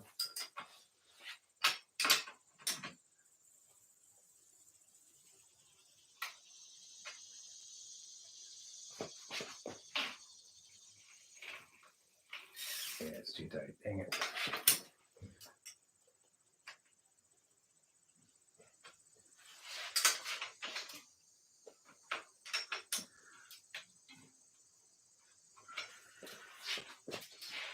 That's way too tight. Okay.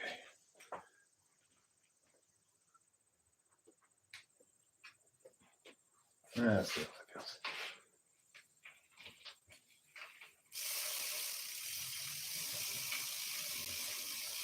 Yeah, it's a tight spot right there.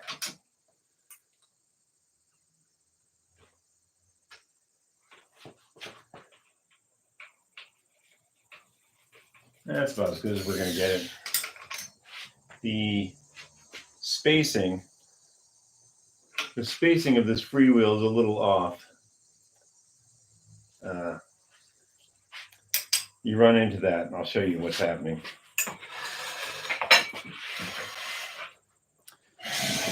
You know, this hub wasn't designed.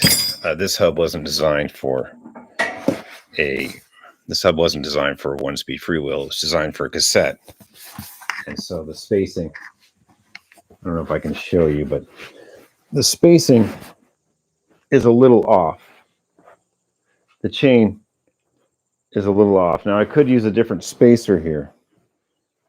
I don't think it's that bad though. I could use a smaller.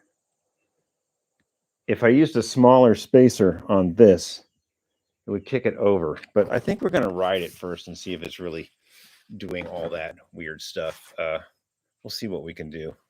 It's not bad right now.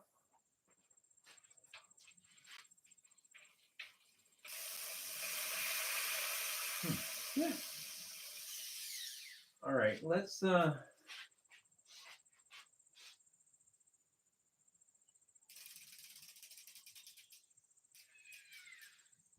that spacer should be changed.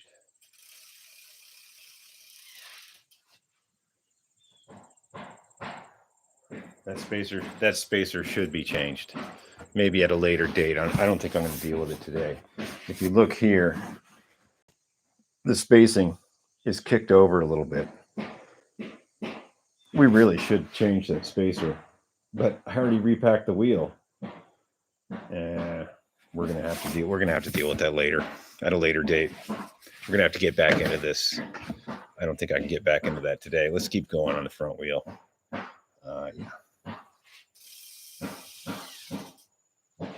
Yeah, that spacer's bugging me.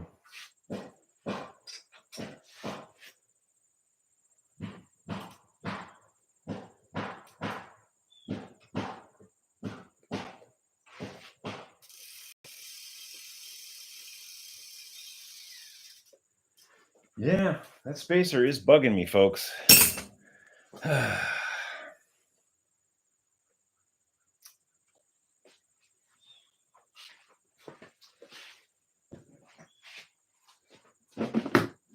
And you know, they were riding the bike this way. You know, it's not me messing up. It's somebody doing the wrong thing. You know, they should have used a spacer this big when they changed it over to 1-speed freewheel. They should have sighted down the chain, and they should have sighted in the frame like I just did. You know, like it is right here. It's off a little bit. Can you guys see that? Yeah, you can see that. It's pretty darn obvious. Oh man. Let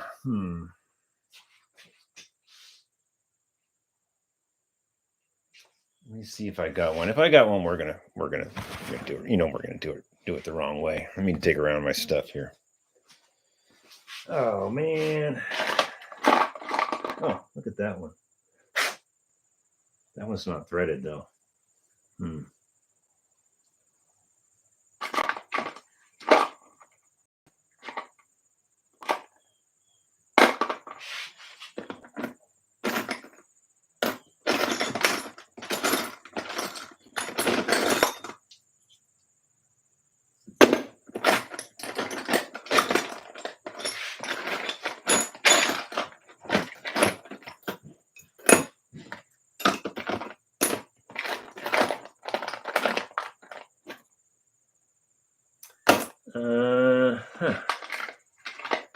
Got this small one, but I would need a cinch bolt for it.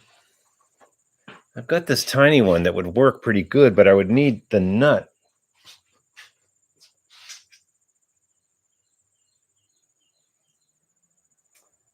Yeah, if I can find the right retaining nut, we'll change that out. Yeah.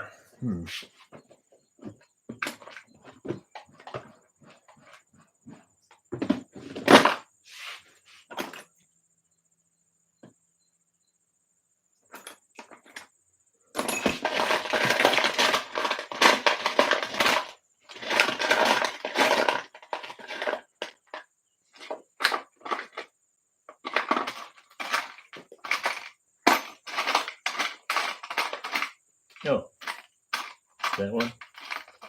Yeah. Oh, I got these. Huh, maybe. Yeah, if these cinch down, I can change that to that diameter, that width. Yeah, that's the right one. Is it going to be enough? Yeah, these are okay. I'm just wondering, is that going to be enough, though? It's about the same size. Darn. I might be able to put 2 of these on also. I might be able to put 2 of these on instead of having one spacer. Let me keep digging. Oh dear.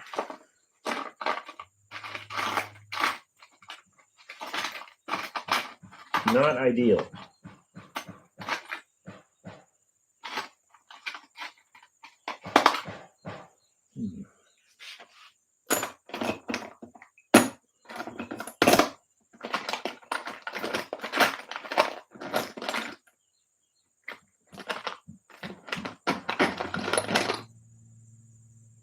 Huh.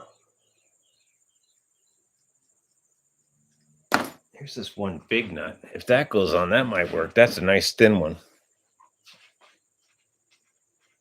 Yeah. Okay, let's do that. That'll kick that way over. Yeah, that'll take like a fat 3/8 of an inch out of there. That's probably what we need. There is a tool for measuring this, but I don't have it. So we're going to take that spacer out, and we're going to play around with some of these. And to do that, we got to take the axle back. We got to take it back apart. Oh, dude. Okay, we make the mistakes, so you can make them also.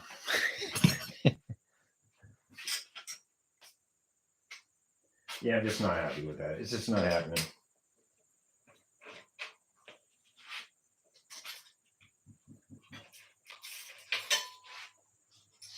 All right, let's take this back apart.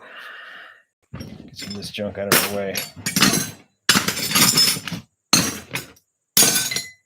And I thought this was going to be a quick, easy build. Was I ever wrong?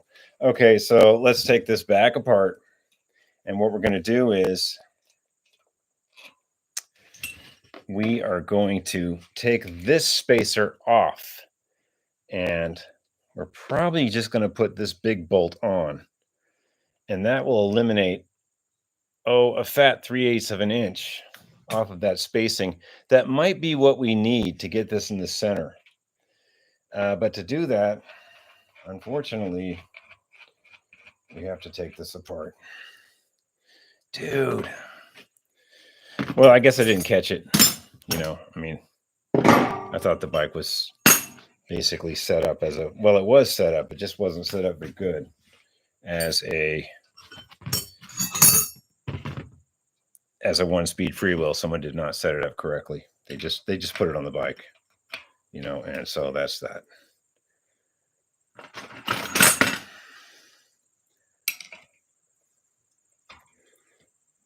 There we go. All right. So maybe we can undo this axle and leave the bearings in and not disturb everything.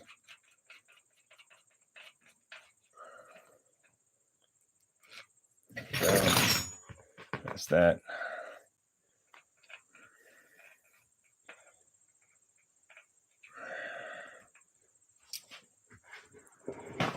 If you're just tuning in, we had a major problem.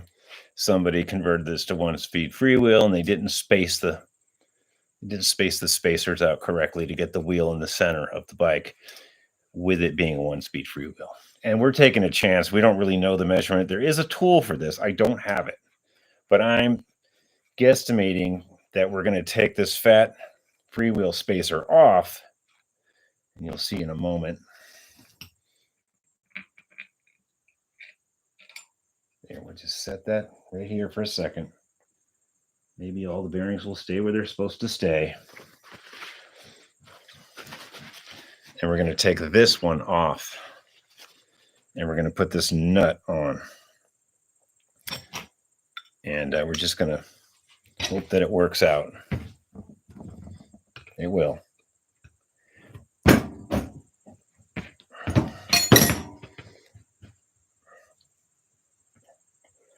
Oh, man. Come on now.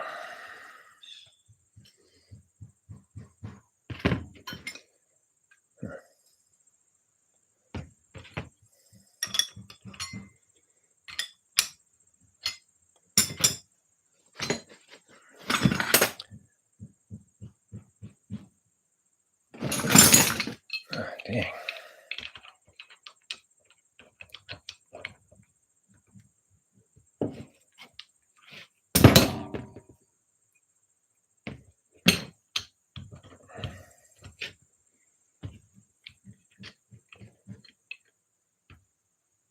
Here we go.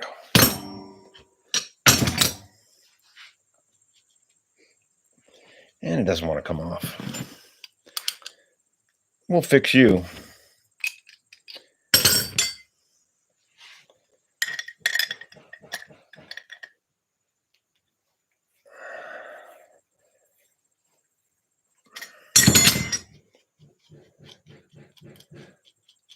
All right, so we're taking that off. We're making that go away. We could put this back on with a nut, but this with a nut is only a little smaller than that, and we need more. We could try that, but I think we're just going to put this on.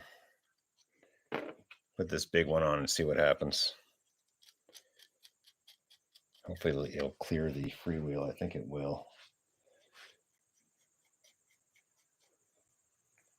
There is another problem also. We are changing the center line of the axle, and we want it to be 1 inch now because we've changed it.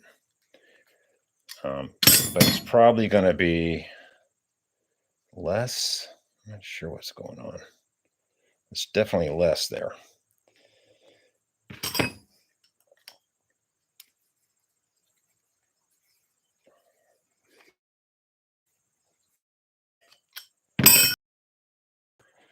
let's see, we've changed that, and this is now 1 inch, and it was a little under 1 inch, but it had this piece on it. So in reality, we need to go back down in some more. Probably to there. I'm just guessing. Okay, let's tighten this all up. We'll put it back in, and we'll go from there.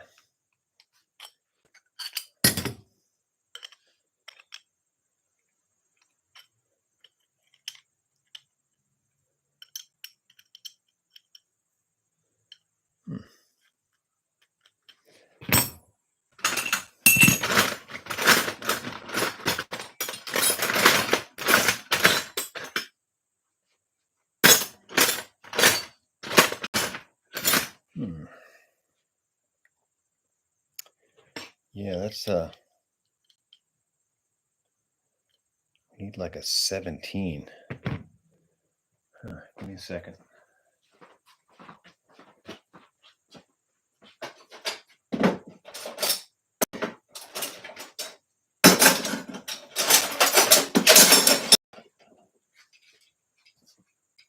Yeah, okay.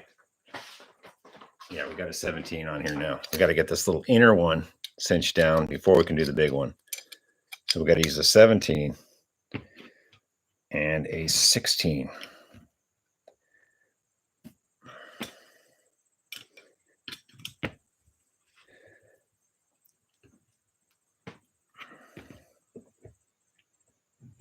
Okay.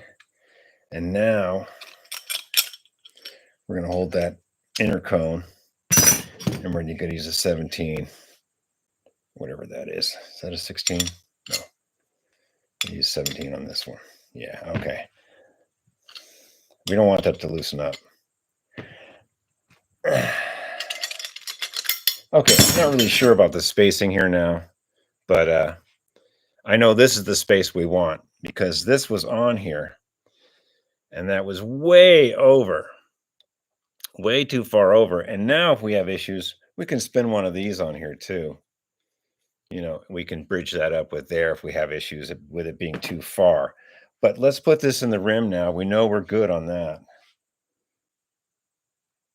And hopefully these bearings didn't fall. Doesn't look like they did. Good. Yeah, I can tell that's a little bit out there already. That's okay. Let's wipe these threads off to keep contaminated grease from going in the bearings. It's good not to have that happen. Okay, so we are over 2 hours in, and we don't even have a back wheel on yet. We had it on, but the spacing was wrong. I just couldn't handle it, folks. I could not handle it. The axle is going to stick out a little now. It's not the right length now, but that's okay. We're all right with this. All right. And we use this goofy sucker again. You know, I don't really like this style. Maybe I'll change it. Oh, but it's thin though. Yeah, it is thin. And we're gauging everything on that being thin. We have to use it.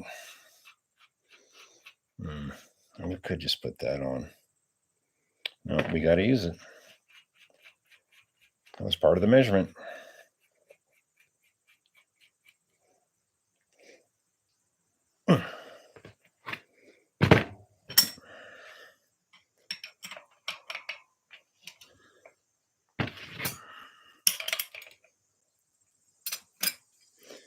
Oh, come on now. Getting pretty fiddly here. Oh, now what? Dang it. This thing does not want to go on. Don't tell me I'm having to double nut this silly thing. Oh, I see what I got to do. I got to hold it from the other side. Okay. Holding it from the other side. Commencing silliness. There we go.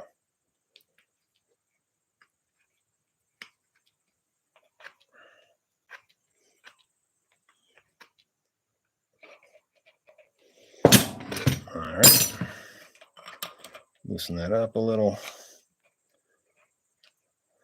more.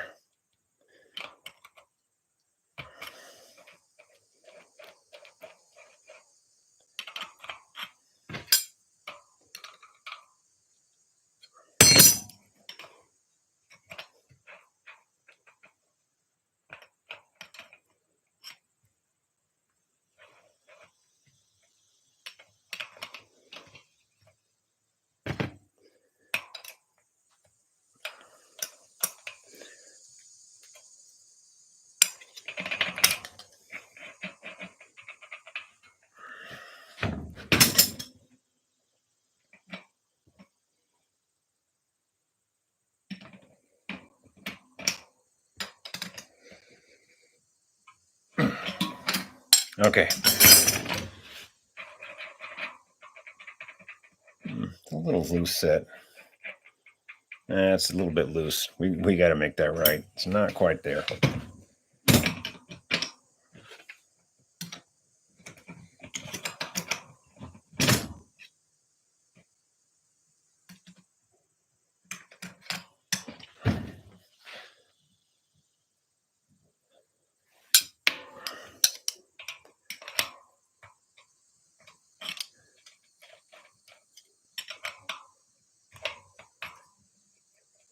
That feels pretty good. See if we can dial this in a little better.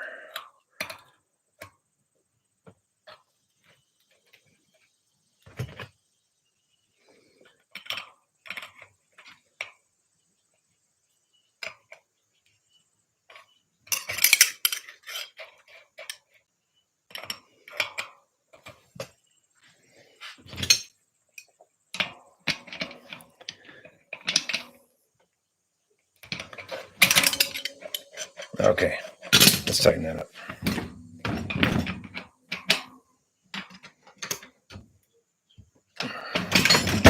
Okay, we are good. We're golden, not too loose. And the spacing, we have changed the spacing dramatically. There is now 1 1/8 inches sticking out on each side. Inch and 1/8.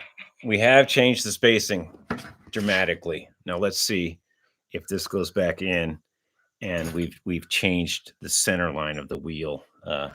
Hopefully all that was for good, and we'll go from there. We got our little frame locks. So we have changed we should have changed the whole axle, actually. We shouldn't have it sticking out that far, but I'm not going for all that today. But I did change the spacing. We took this out.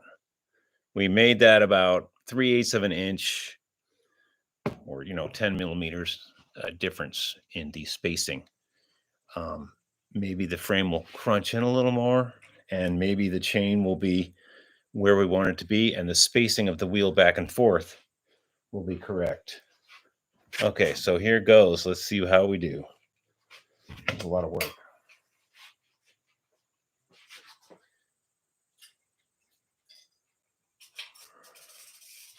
Oh dear.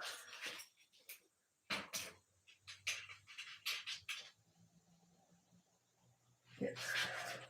Oh, I think it's going to be fine. Yeah, it's a little crunchy. This frame isn't really designed to have this narrow of an axle in it. I think it'll spring in though pretty well. Something to look out for, some bikes like this one wasn't really designed to be a 1-speed freewheel. Oh, it's just about perfect too.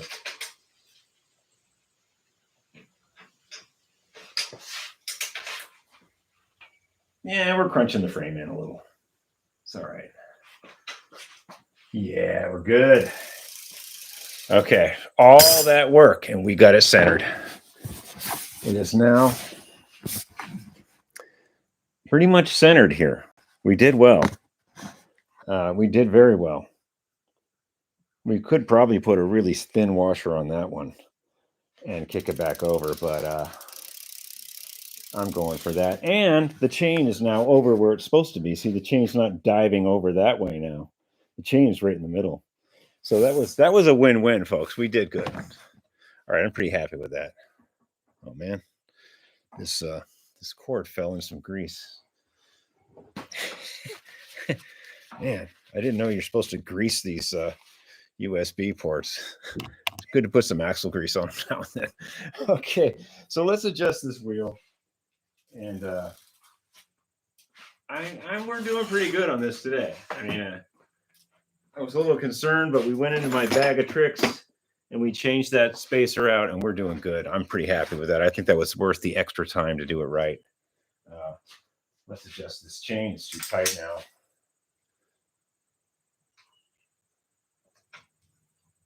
Still too tight.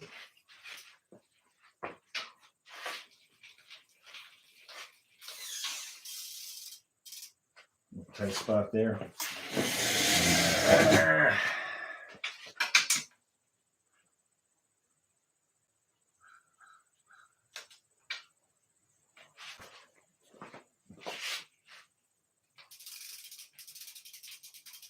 Let's check on the chain. Oh yeah, it's not crunchy anymore. It's riding right in the middle. All right, we're good.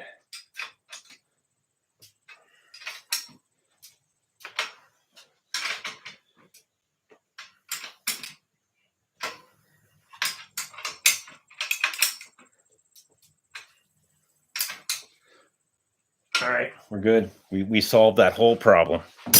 We took this spacer out and we put a fat bolt, like something like that, in there.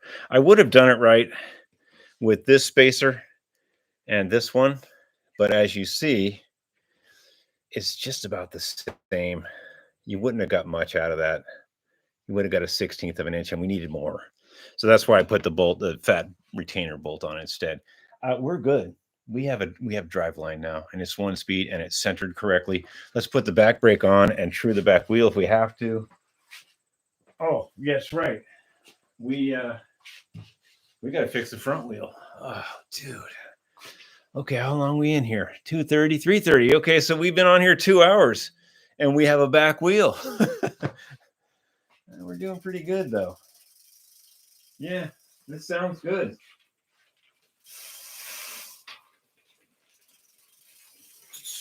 Let's put the back brake on. What the hell? Now, these Schwinn approved ones. Yeah, this is definitely made in Japan, Schwinn approved. And on these cheaper Schwinn approved ones, they rivet the threaded adjuster part. It's riveted on, so you can't change it. Like if you wanted to make this fit a girl's bike, you would just unscrew that and put it in there. But on some Schwinn models, they did that too, and you have to drill out the rivet. But since we're not putting this on a girl's bike, it doesn't really matter. Oh, this is the front brake anyway. What am I doing? Yeah, it's riveted. See the rivet? So if you were going to put this on a girl's bike, you'd want this down here and you'd bolt it on, but you'd have to drill that rivet out. But since we're not dealing with that, I think we're going to be okay. Yeah. And these brakes are not the cleanest in the world. And the pads aren't great. But we're putting it on. Okay, let's get a 10mm and put this on. You guys can see what's going on, right? And always check these two, make sure they're tight. You know, this pinches it down together. Yeah, it feels like it's pretty good. Give it a little spray. I think we're all right. All right. Oh, there's a back fender that goes on too. Yeah, forgot about that. Dude. It's the best part of the bike. I should really clean these with something, but I'm not going to. If I use steel wool, it'll scratch it up. I'll clean them later. We got to keep rolling. All right. Let's see. Back to the back side. Okay. Don't drop the bolt.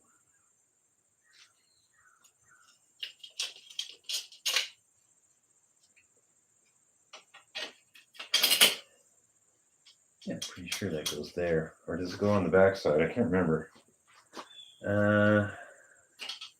Something tells me the back side.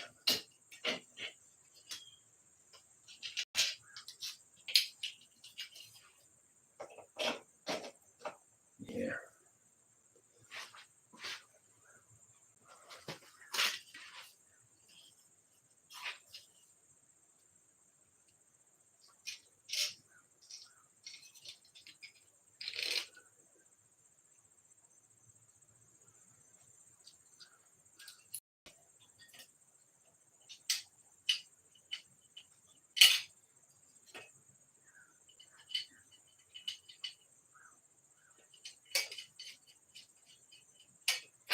Okay, we got the back brake kind of on there. And I'll get you closer. Oh, let's see. What are you guys doing? Who's watching? Okay, nobody's chiming in yet. That's good. That means you're doing good. People aren't complaining.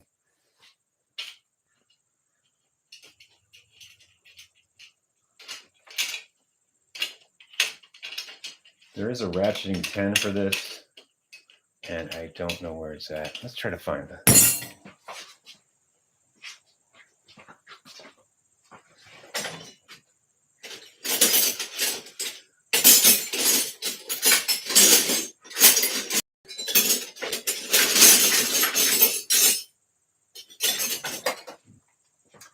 I don't know where it's at.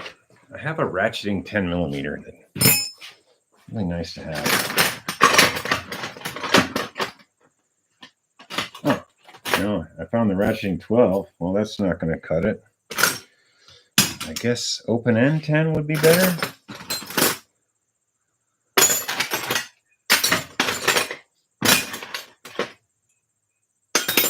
Yeah.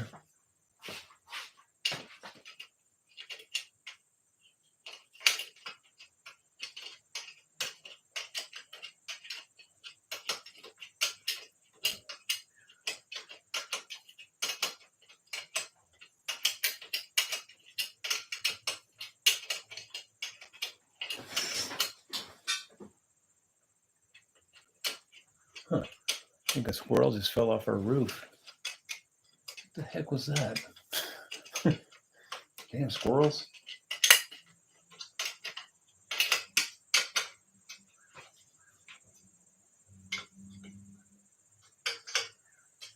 Okay, that's good enough for now. And these shoes are way off. If you ever see broken motorcycles at a scrapyard, look in the tools. Sometimes the older ones have a battery cover or a little underneath the seat. There's a little pouch, and look in there. And what you'll find is you'll find a wrench made by Honda Motorcycle Company, and they're actually pretty good wrenches, and they're decent. And just look in the wrecked motorcycles. Sometimes you find the tool pouch on some of the older stuff.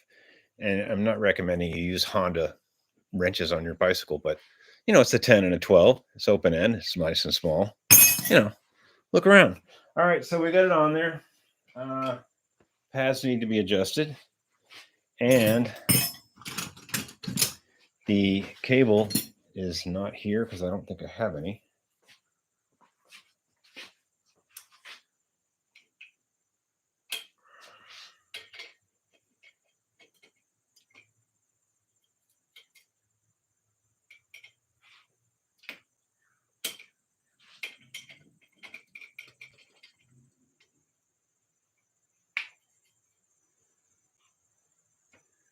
I guess we could use our little clampy tool also. Might be nice to actually do it the right way. Let me hold that with another wrench and I'll tighten it up.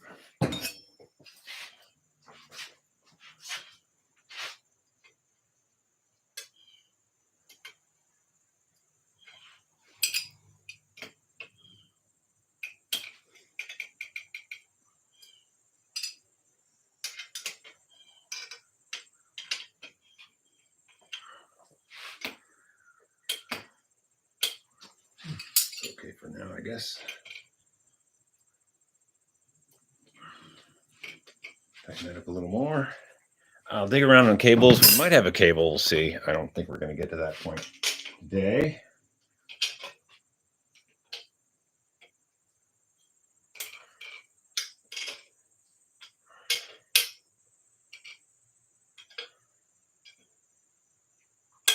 Okay. We have a back brake. Are we going to deal with the front wheel today? Or we're going to mess around with the bars? I'm getting tired.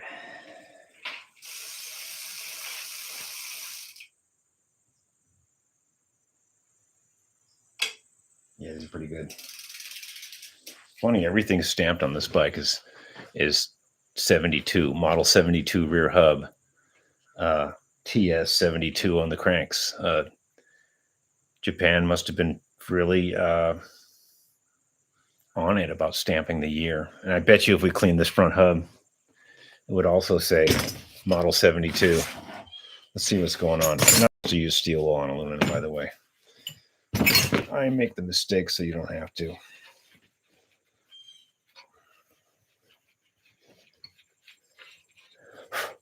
Japan model 71. What? Huh. Huh.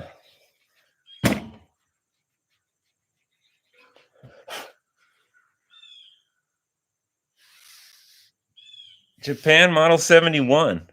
So I guess they had this hub sitting around for a few years before they put it on the bike. This one's a little more rusty than the rear one, and it's dry as well. We could continue on this, or we could put the bars on.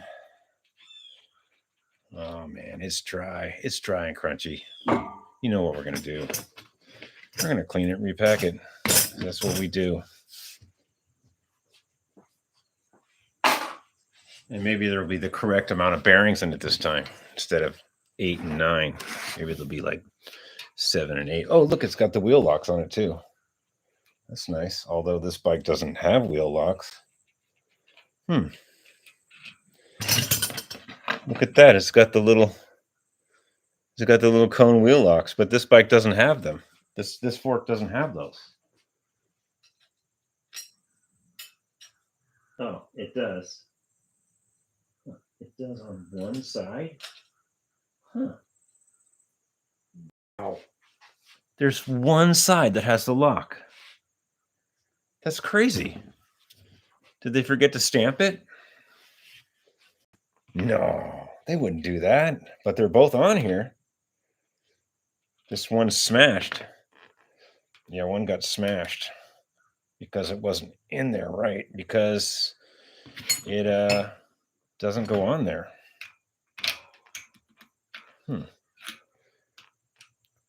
How could they? Yeah, it got smashed on the axle. Because it's not supposed to be, it's only one side has it? Okay, chime in, you lightweight experts. Why? Why am I not having any success getting this off? Because it smashed.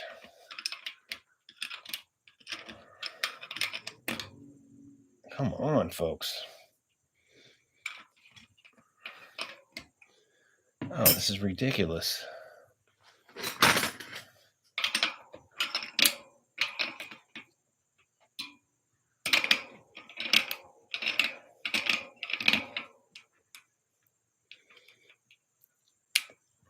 Man, really having some issues here.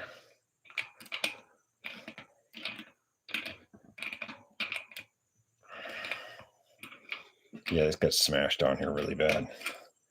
It's almost off. Bear with me.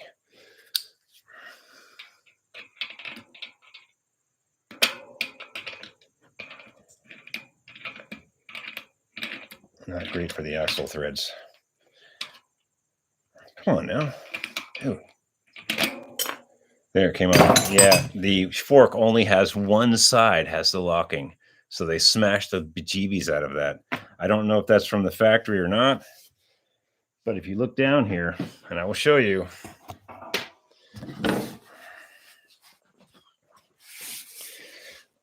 This side has the factory lock. See how that fits in there? Prevents your front wheel from falling out if it's loose. This other side is not slotted for that. It does not have the lock. It was only on one side. And look, they smashed it in there. You can see where they smashed it in there pretty hard. They smashed it into the fork. I don't know if that's an oversight by Schwinn approved people in Japan. I don't know if they just decided to use a lock on one side. I don't know. But we can only use one. We can only use one. We can't use both unless I hog that out with a Dremel, and I'm not going to. It's going to weaken the fork. So let's repack this front wheel.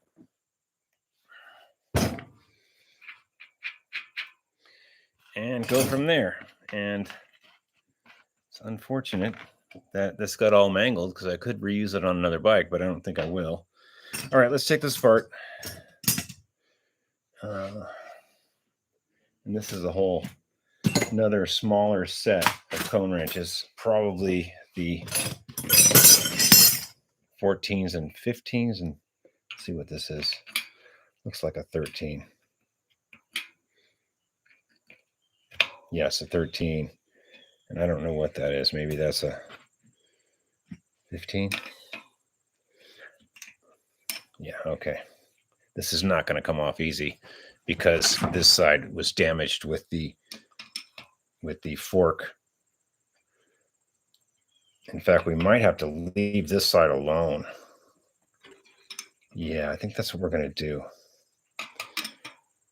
We're going to leave this side alone. And we're going to take it apart from the other side. There's quite a bit of damage on those threads.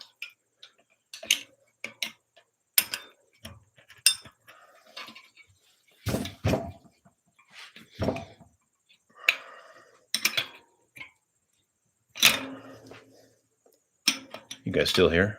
Good. All right. A special garage edition live feed. Yeah, just chime in with all your useful information, like why did the Schwinn approved forks only have the wheel lock on one side? Maybe they thought that was enough. Okay, there's a washer, and this washer is in decent shape. That's good. It's got the notch. And we should be able to get this off now.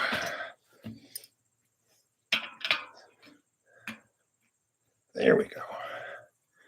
Dry, dry, dry.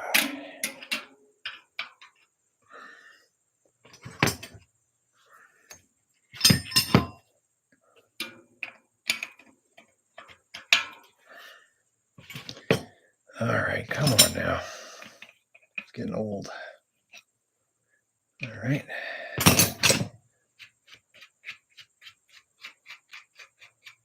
Dry, dry is not your friend on a bike. You need like fresh, clean grease. That's your friend. And so is the heating torch. Okay. All right, let's get this off. All right, I can guarantee you this is also loose packed, and it is.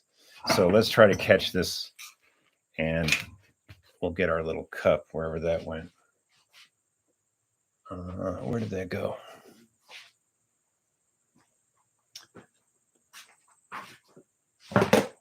Yeah, we've got our little cup. And we'll just kind of put this in here. And we'll pull this axle out. Looks pretty good. And we'll take these grease caps off. Oh, someone's been in here before. Look right here. How it's pounded. Well, I don't know if I can pick that up, but it's not pounded in. It's pounded in really hard on this side, and there's an edge here. Somebody, the computer, just trust me. It's in kind of womp, and it's really clean. Somebody's been in here. Okay, so we'll pop these down. The grease is really yucky. 1, 2, 3, 4, 5, 6, 7, 8, 9. 1, 2, 3, 4, 5, 6, 7, 8, 9, 10. Okay, there's 10 on this side. Down you go, buddy. Okay, there's 10 on that side. And we will see what's happening on the other side. I bet you there's 9 on the other side. It's people overseas. No one was watching them. No, what it was is it was the 70s. And it was a bike boom. And they were churning out bikes as fast as they possibly could. And a lot of the parts in the 70s, unless they're like Campy or Campanola or, really high quality Schwinn Paramount or something, people were pumping out bikes pretty quickly in the 70s. There was a huge bike boom. After the movie Breaking Away, there was another really big bike boom. And yeah, the stuff I'm picking out of this is atrocious. But somebody has been in this wheel. Or at the factory, they didn't pound the dust seat in very, if they forgot to clearance the fork for both safety locks, then maybe they were moving pretty quickly. Okay, we'll put these to the side for a second. And we'll take some of our favorite non-promoted spray.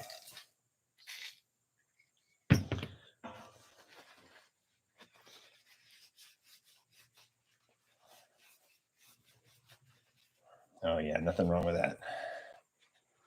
Right. Good.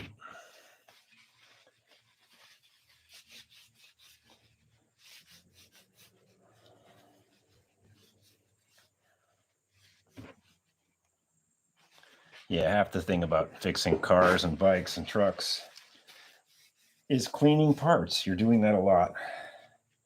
It's just what you have to do. Okay, so those races look pretty good. Nice and shiny. All right, so we could blow that out a little.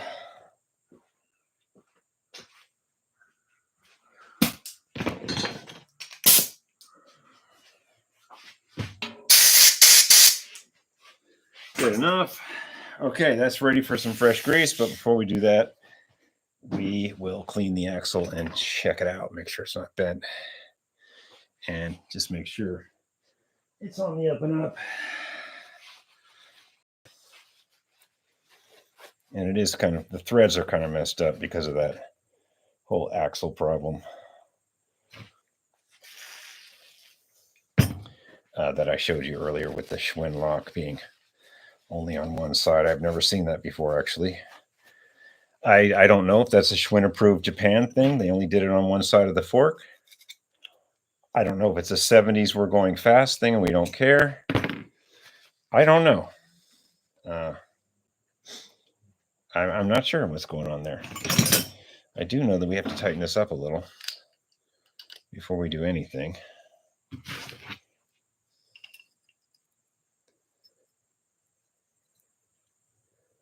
Okay, that looks pretty good. And we'll tighten it right there. Okay, what's going on here?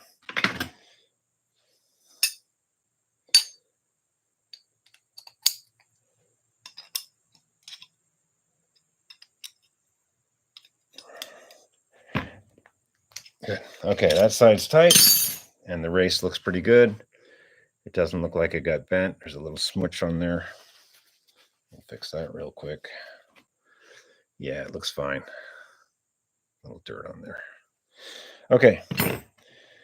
These dust retainers look like someone's been in here, actually, because they're not filled with caked up grease.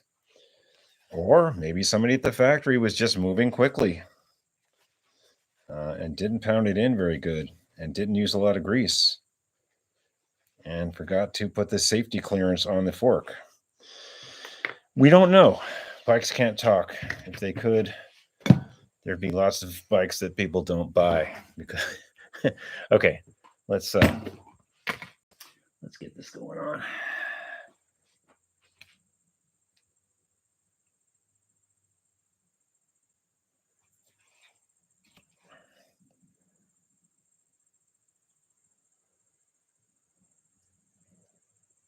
Okay. Good with that. All right. Set that to the side for a second. And we have to clean the bearings, which I haven't cleaned yet. Okay.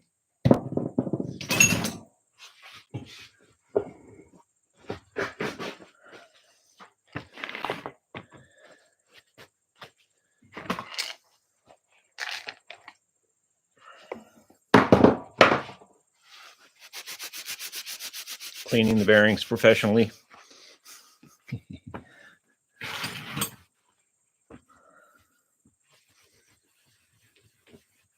Okay. All right, let's pop them in. It's 1, 2, 3, 4, 5, 6, 7, 8, 9. 1, 2, 3, 4, 5, 6, 7, 8, 9, 10. Yeah, there's 10 on each side. They didn't jip us this time. Man, that's awesome. Somebody was doing the right thing. They couldn't put the dust cap on right, but they got the bearing count right. That's good. All right, we'll pop that in there.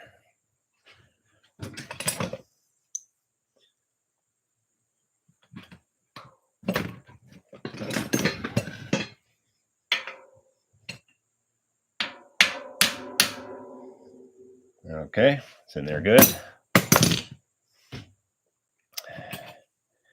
And those can stay in there. I think those will stay with that thick grease. And 1, 2, 3, 4, 5, 6, 7, 8, 9, 10. Okay, let's put the cap in. If I can find it. Here it is.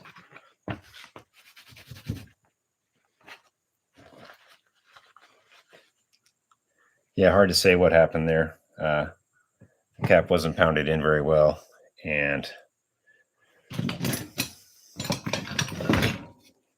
somebody didn't grease the bearings very well.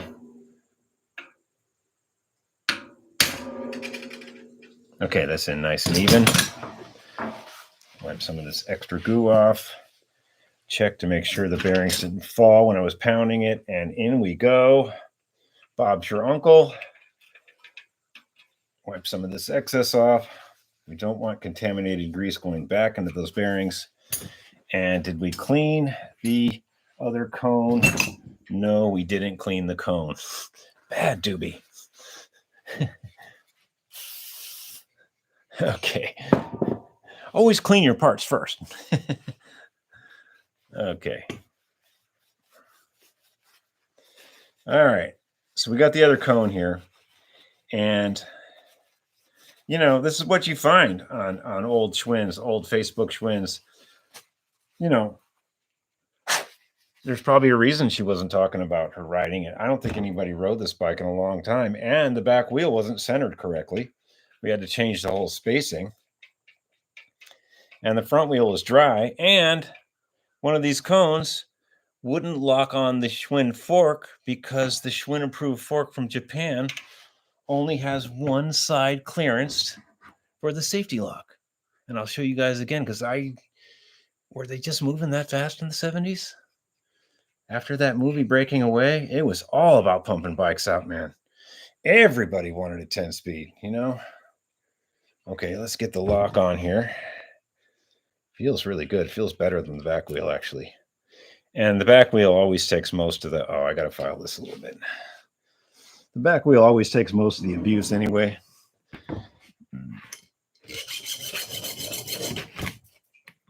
Don't drop your bolt. Okay.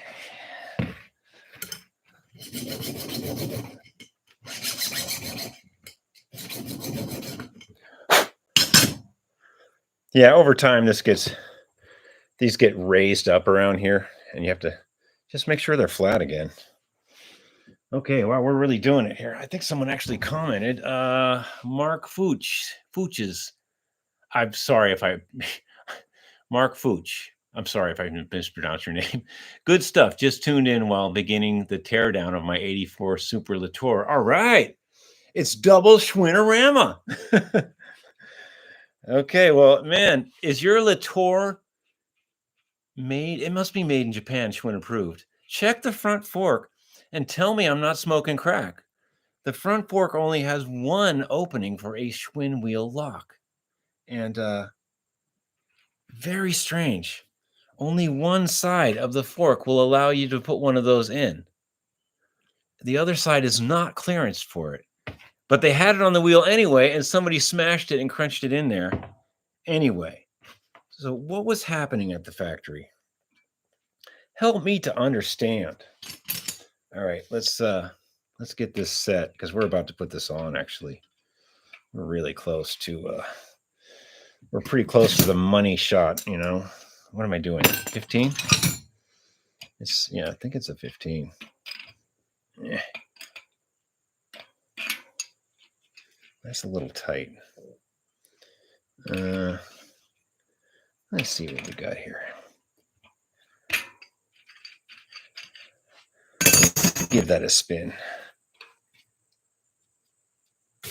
That's a bit tight. I think what I'm going to do is reach in on this one and get another 13.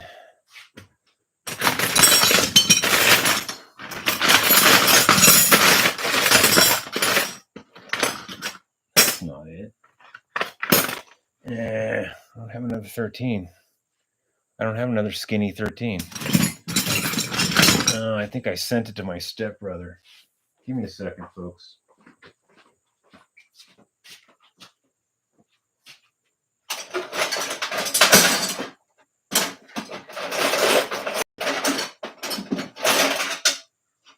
$13. Good. I have another 13. It's a Park 13. All right. And we're just going to force these out a little bit. Oh, yeah, that's what I'm talking about. Okay, now I'm going to tighten it up with the non-Park 13 and the 15 millimeter. And to do that, I might just lay it flat. Good. Okay. This rim has been repacked. The dust seals are good. It feels good. It's pretty true. And we're going to put one Schwinn wheel lock on. Yeah. Don't ask me why I know. And the other side will not get a Schwinn lock. Because there's no need. Because it won't go on. Why? Why mess around?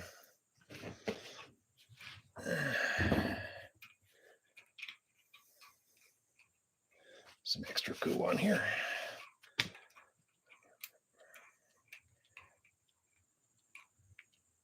Man. Suckers.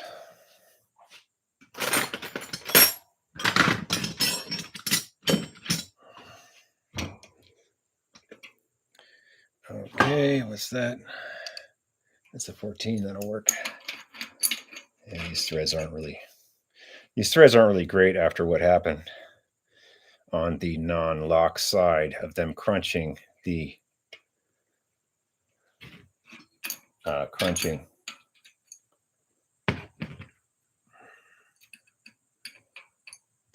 The crunching.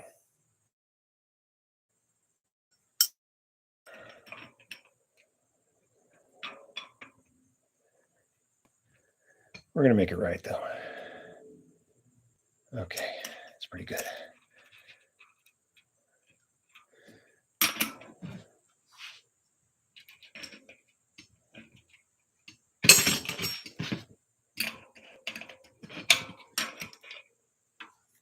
Yeah, it's not happy. I should probably rethread this axle a little bit. I think we're okay though. Okay, so we're not going to put this on the non-lock side because it's not clearanced for it. Let me show you real quick what I'm dealing with, and then you can make your own judgment about what happened at the factory that day.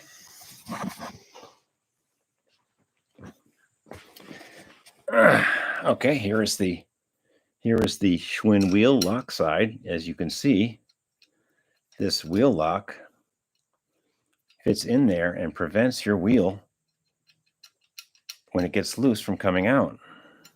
But on the other side of the fork, it has not been clearanced. That will not go in there. It is not clearanced, and you can see where it's slightly galled and crunched from somebody forcing a bad one in there. I mean, the wrong one in there. Now, I have no reason to believe this wasn't the original front wheel. They are stamped Araya, and it is a 72 Schwinn approved bike, and the back wheel looked to be original. And I have no reason to believe that,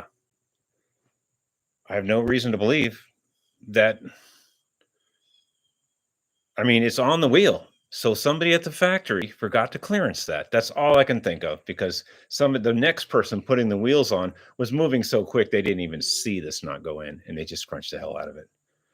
That's all I can think of, because you have to have two of those. You have to have two of those for it to work. But we're going to omit it, because why crunch it back in when it's not doing anything? All right, let's put this wheel on, and we'll have wheels. By golly. What are you talking about? Yes, that's it. Yeah, that's it. Double Schwinn action, man.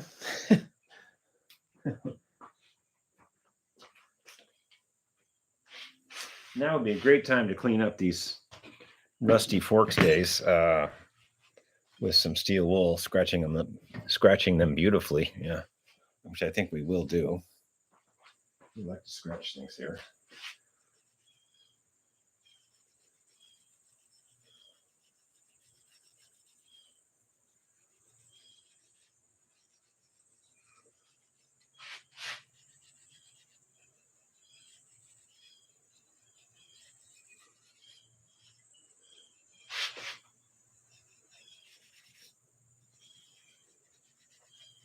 Okay, that's nice.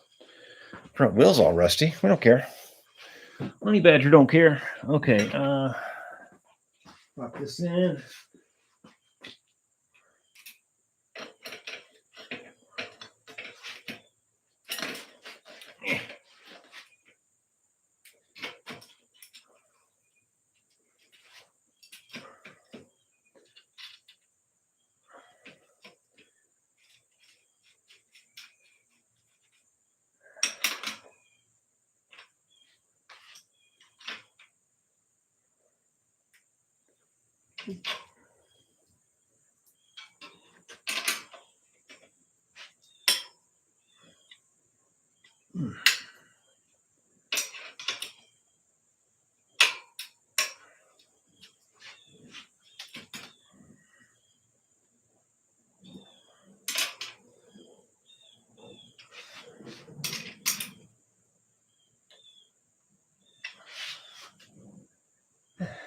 Okay. Yeah.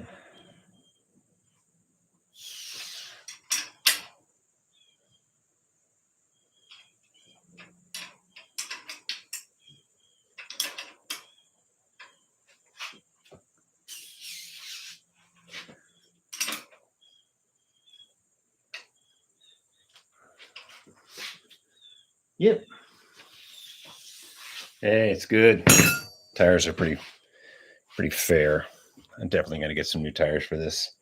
I saw these light green ones on eBay. I was thinking about it, but that would be really matchy weird. Okay, so we have almost a running bike, and I'm going to convert this to center pull. I know it's not stock. It didn't come with center pull brakes, but I have the parts to do it, and now's the time. And all you need to convert to center pull is this and a center pull brake. But there may not be enough room up here. So what we're going to do is it's twofold. What we're going to do is we're going to take the fork out and re-grease it, or maybe just shove grease up in there. I don't know, a real quickie. And if it looks like there's enough room, I'll put this on. There may not be. It's pretty tight up here. They were saving on money on tubing. This doesn't really have a pronounced, it doesn't have a pronounced enough square peg in it right there. That's not really pronounced enough. And I think this is the only one I have. Let me look real quick. To act as just the lock, you know.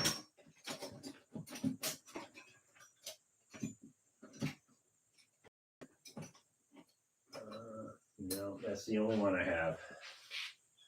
Yeah, that's the only one I have right now that I can dig up, and it's kind of thick. Well, it has to be because it's a brake part. But let's leave the front wheel right on, and we'll take this off. We'll re-grease the forks. And if we can get away with getting this and the lock washer back on, we're going to put it on, and we're going to convert this to center pull, because I said we can, and we will. So let's do that. Now that we have the front wheel in, I can get some leverage by holding with my legs and take this bolt off. And you know, this bolt might not even come off. It might be, you know, time to get the torch kind of thing. Oh, we got lucky. Okay. I like getting lucky. Before we even take it apart, let's see if there's enough thread. Man, that's close. That is close. Yeah, that's pretty close. I wish I had one that was thinner. But it won't be thinner. You know, it's for brakes.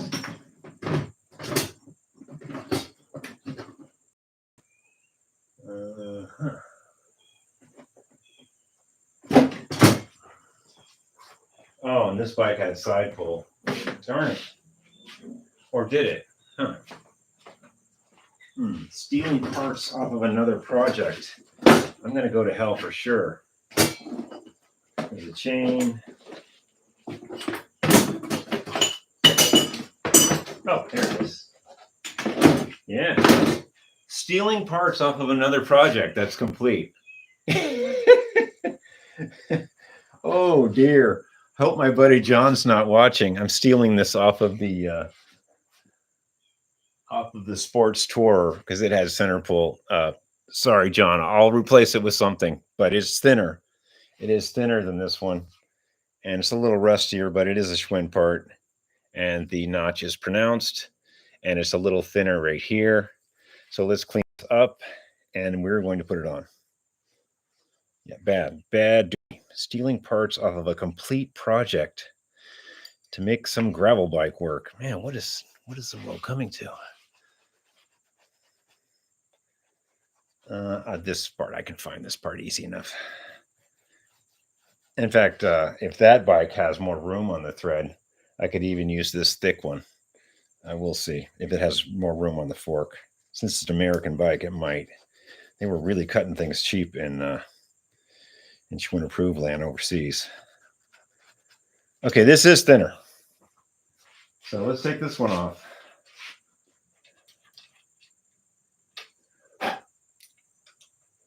Put that on. Yeah, we have more threads now. But will this work on the other bike? Yet to be seen.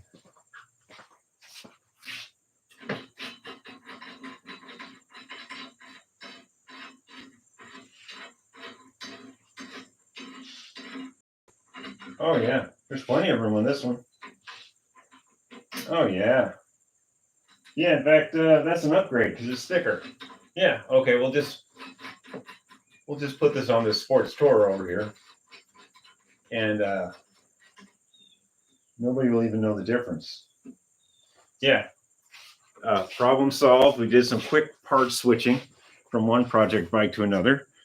And that American fork has plenty of room for that thicker piece. this Japanese fork does not have the room needed for that thicker piece. So we're going to use this one. And it's a little bent too. Let's see if that even lines up before we get too all excited.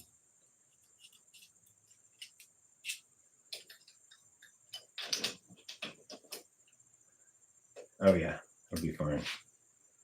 Oh yeah, we're good. We're golden. Okay, let's see. What we're gonna do is we're gonna take these out real quick and just kind of shove some grease up in there, unless it's really bad. Everything on this bike has been dry. These are caged. Oh, whoa, maybe they're not. These might not be caged bearings. You never know.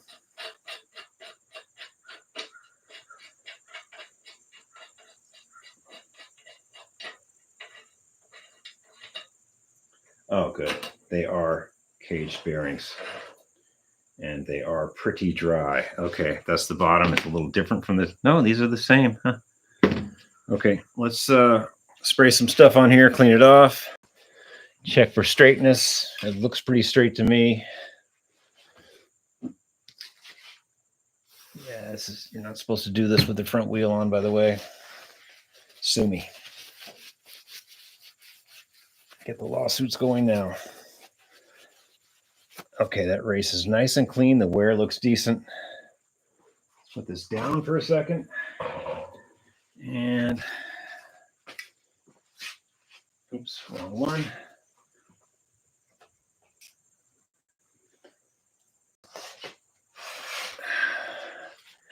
Okay, wow, we're like 3 hours in, man. You guys got your project done yet? Is yours done? Mine's almost there. Okay, that looks pretty good. Let's get the top here.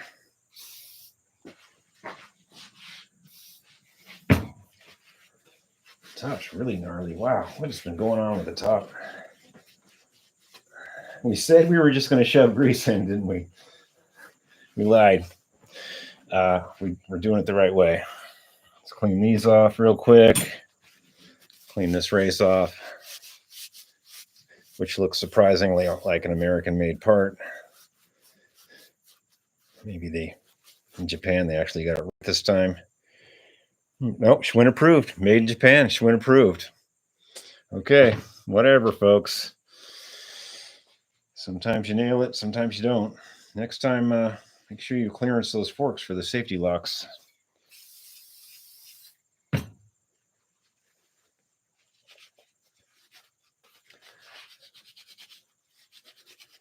All right, that's pretty good.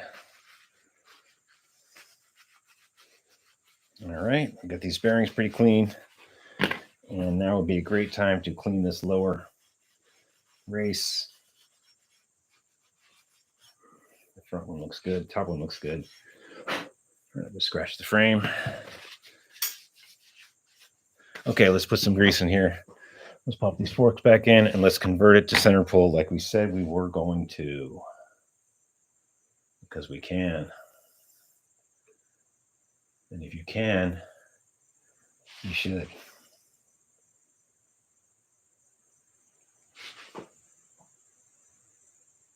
And yes, I have 2 bike stands in the shop because I never finish anything. Okay, let's get this bearing going on.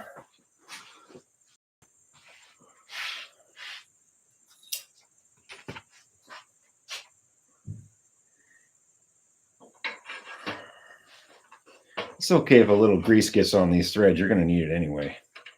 Oh, let's put the bearing in. Be nice. Nice.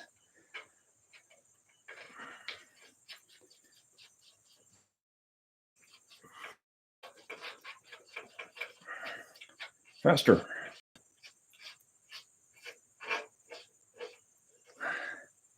Okay. Whew. Let me get a rag.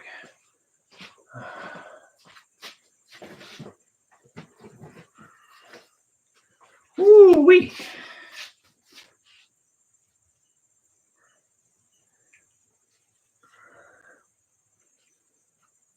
Okay, I'll wipe this extra grease, can just go right in the fork stem. Okay. All right, so now we're gonna put we're gonna file this because that's how we do it. What did I do with it? Here it is. Yeah, we're just gonna make sure that little square notch is doing square notch stuff. We're gonna do a little file action.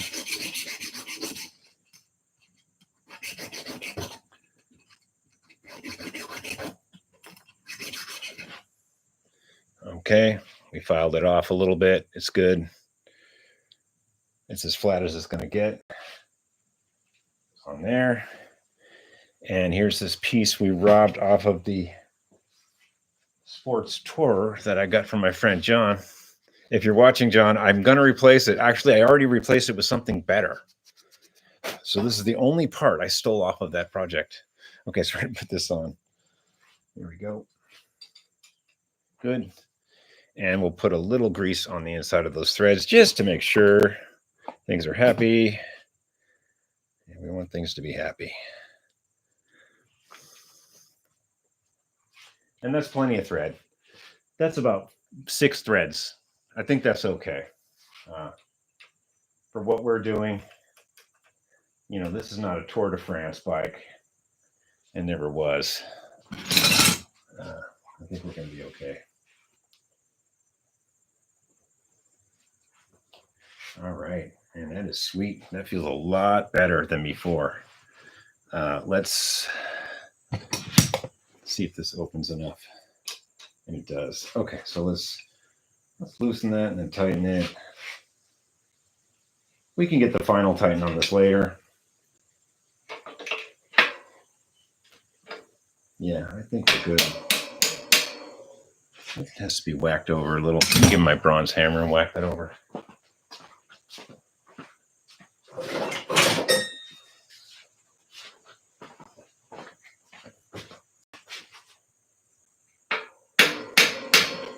There we go.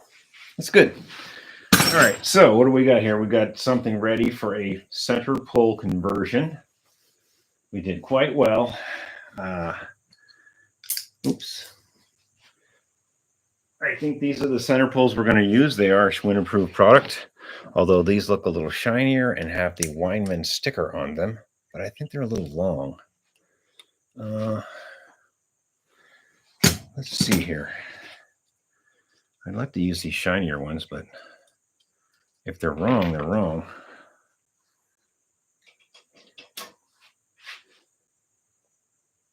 Yeah, they're a little long. Okay. This was not to be. We're just going to have to use these beat up ones. They are correct, and they already have the front spindle in them. These are the ones. Okay. Let's put these in. Oh, we got to put the fender on too. That beautiful little sexy fender. Where'd it go?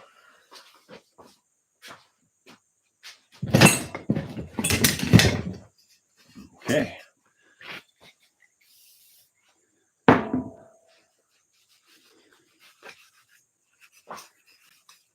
Okay, here's a little fender. Yay! Has a little indent for the center pulls, I guess. Not quite sure what's going on there, but it's definitely going on. Oh, we got to put this piece on. Hello, hey lady.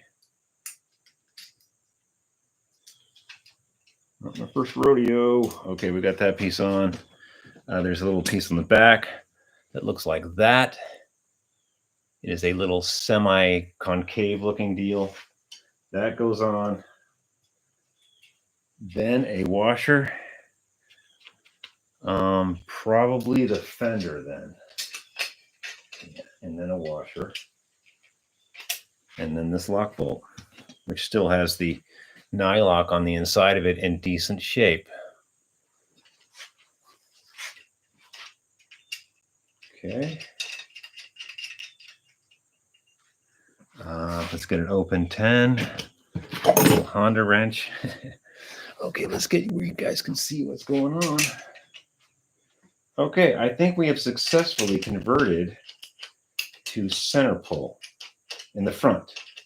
Now I could do the back too. I'll show you the piece, but I don't think it's really necessary. And I don't like center pull in the back, and I'll tell you why. When you adjust the seat, most of the center pull bikes in the back, they go on the seat clip where the cable goes through. And when you adjust the seat, you have to hold that in a way that it doesn't change things. And just, okay, we'll get the final on that in a minute. It looks pretty good, though. Yeah, it looks good. I'll show you what's happening with that, and you will agree, probably. I wonder where that went. Oh, maybe it was on there. I don't know. Okay.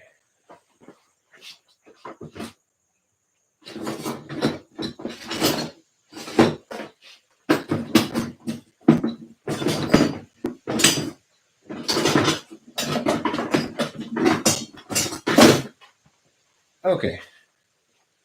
Oh, yeah, and this one I don't even have the part for. But anyway, for center pull in the back, it has to go on the seat clamp. And when you adjust the seat, this moves, and that messes you up. And on this bike, I don't think it was really ever set up for it, excuse me, because it's got the seat clamp built into the frame. And I don't think there's one small enough that I have. I'm sure it's out there. But that's a no-go on that. I'm going to go with the original brake that came with it on the back. And yeah, the back is 70% of your braking power. But you know, where we're going, we don't use brakes. Let's put a cable on this. Let's get this little cable here. Hopefully it's the right size.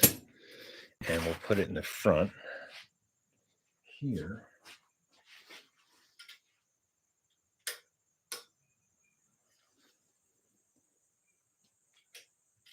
Yeah, I think that's good. Yeah, let's put the adjuster barrel in there.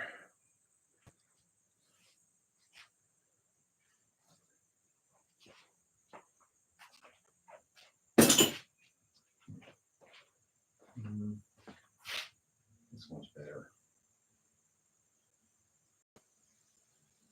This one's okay. Okay, let's put this adjuster barrel in here. And this does not have the quick release on it. Quick release, whatever. Quick release is for people that changed flats a whole bunch, you know. And whatever.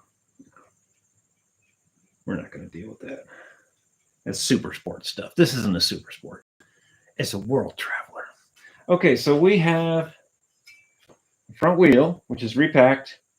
We have the center pull conversion. And these are the old ones. We still may have to use these. I don't think so, though. Let's put this to the side. We have this piece for the center pulls. We're not ready for dealing with that yet. Right now, we're not going to use these bars. These are the bars that came with it. And every picture I've seen for 72 World Traveler, which is not in the 72 catalogs, it has black grip tape just like this and a black seat just like this. We're not using these. I can't stand drop bars unless it's like a super sport and it has to have it. It's just not something I deal with. Okay, so what we're going to do is we are going to see if this nice, beautiful Schwinn approved stem, which will probably fit in, if that fits in, we're going to go with upright. Oh, you've ruined the bike with upright again. And it does fit in. Okay, so we're going to put some more grease in there. I'm going to pop those down a little lower. And if Fred, if you're watching, I need some more Diacomp levers. Thanks. Let's put some grease in there so it goes in a little better. We already did put some in. We're going to put more. Okay. Doing good. We're 9 hours in. Okay. We're 9 hours in.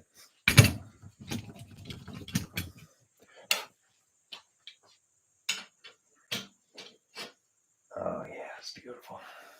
That's good. I think that's a 12 millimeter probably.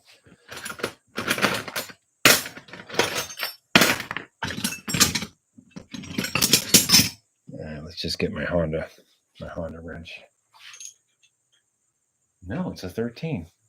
Well, I'll be dipped.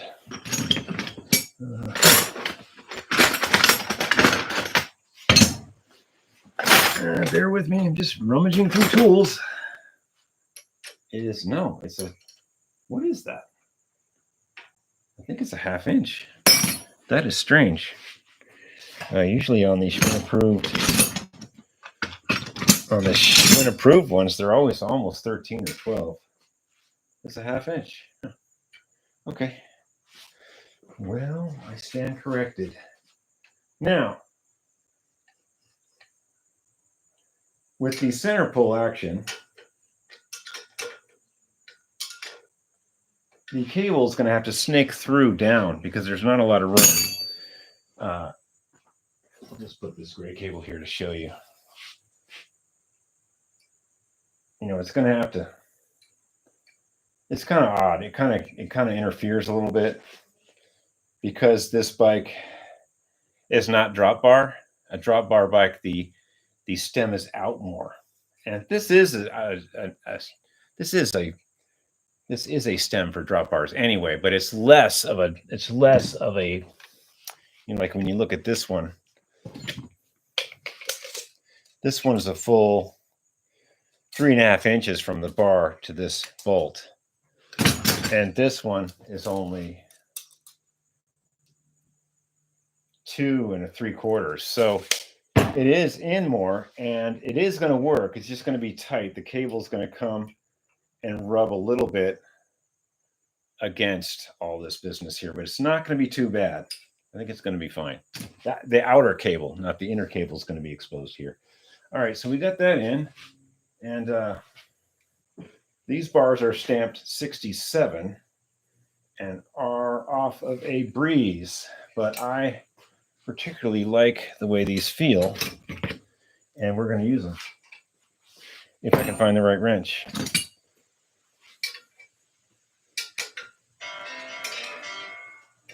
Okay.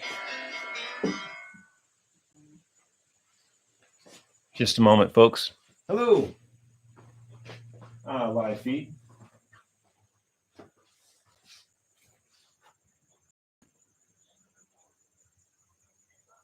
Oh, it should be up on that little shelf.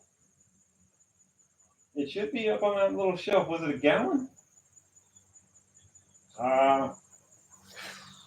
It's not here. I didn't take it. Maybe someone put it in there. Huh? It's like a. Let me look at this jar here. I'll tell you. I got a little quart that's almost all used up here. Oh yeah, there's a little quart here.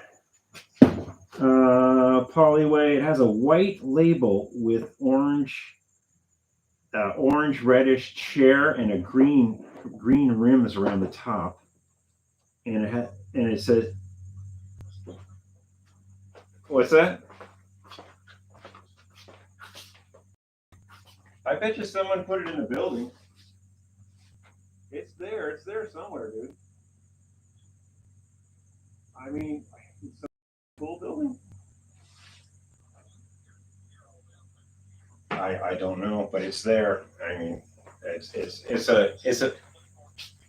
I'll find it. It's around there somewhere. It's got an orange chair on it with green rims, and it says Vermont Coatings. Yeah. I'm sorry. Well, I didn't. Okay. Hey, where's my free bike? Is it up there? Okay. What kind of bike is it? It's a free bike. That's all that matters. It's a free. Okay. I'll try to get up there Monday. No, dude. I don't know. Okay. It is. No, it's there. Just look for the orange. There's an orange chair on it and there's green rings around the bottom and top. Yeah, you'll find it. Yeah, it's there. Okay, later.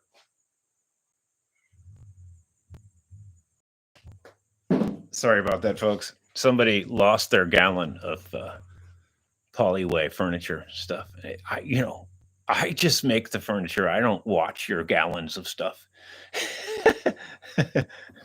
Quick build, he said. That's right. This is a quick build, man. With all these interruptions, people wanting claw hammers and wanting to know where their gallon of sealer is. And I don't know where your sealer's at. I'm working on bikes over here. Anyway, there's a free bike up there. It's free. Now, we know what the free bike is. Okay. In my knowledge of free bikes, come and get it. It's one of three things. It's a small pink girl's bike from Walmart with little bunnies on the sissy bar or something. It's one of those little pink bikes with 20-inch wheels, and it's all frozen and rusted from the rain. Or B, it's like a Huffy Girls 10-speed, faded yellow with rotted cables, and it's been out in the rain for countless years, and it has frame damage because water went in the frame and it froze and split the frame open. Or C, it's a Walmart super duper cheap mountain bike that's all frozen and cracked up in the rain too. So it's one of those three things. I can't wait. What am I going to get out of that? A seat and some pedals? I don't know. I'll pick it up though. Free bike, you never know. Or 4, it could be like an ancient Schwinn 10-speed that's really valuable, but I don't think so. Okay, quick build, huh? Yeah. Let's see. We could put the seat post in. I mean, this one's almost a runner. I don't know what we're going to do. I'm getting pretty tired, folks. We've done pretty good so far. We've got upright bars. We've got the center pole conversion. We re-greased everything. Everything we've touched and put on this bike is now re-greased. This bolt for the seat post is not great. Thinking about kind of taking that out and looking at it. Fixing it up a little better. It doesn't look wonderful. And it's definitely a 12 millimeter. Let's use our Honda motorcycle wrench.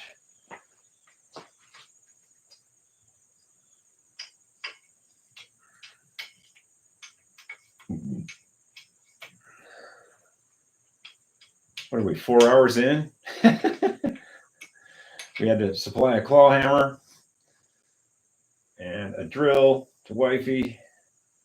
My buddy called me. He lost his gallon of sealer. I don't know where that is. Oh, dude.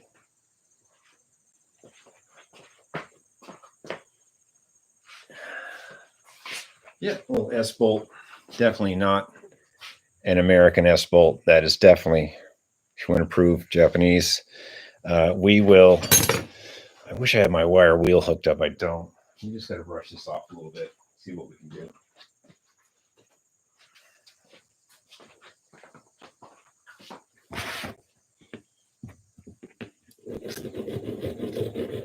Yeah, look at the stuff coming off of there. Yeah. The Jew's crying like a baby.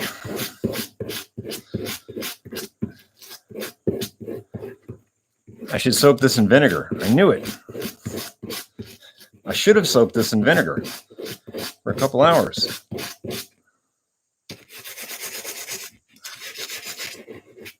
Okay, we got some of the crud off.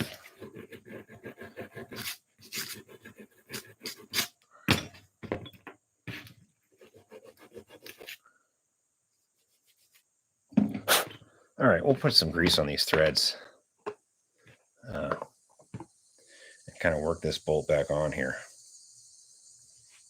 It just wasn't feeling great in there. Yeah, grease is your friend. Okay, now that's an acceptable thread. That's totally acceptable. Let's put it back in, and we'll go from there.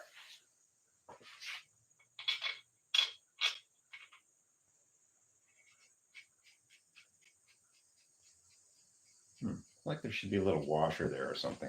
Let's put some grease down inside the seat tube.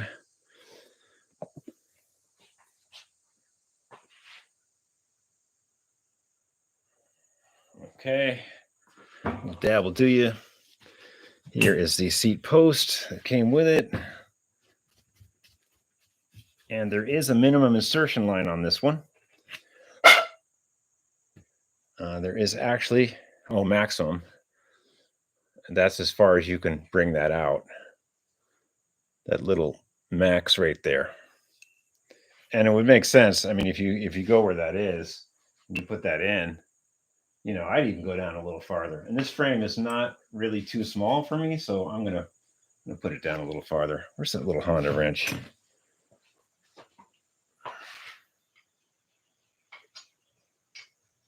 The frame's it's a little small for me. I think it's totally doable though.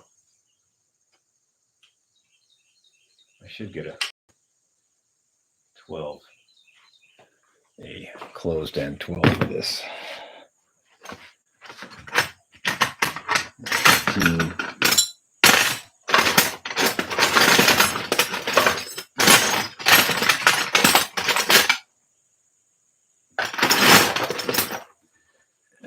Bear with me. I really should have the right wrench for this.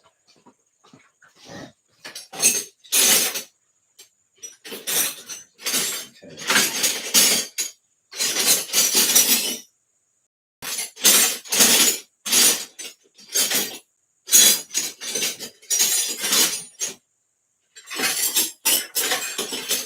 Whoa. Okay, good. Yay. I found my ratcheting 10 too. I do have one, but that's not what I want right now. I want this 12.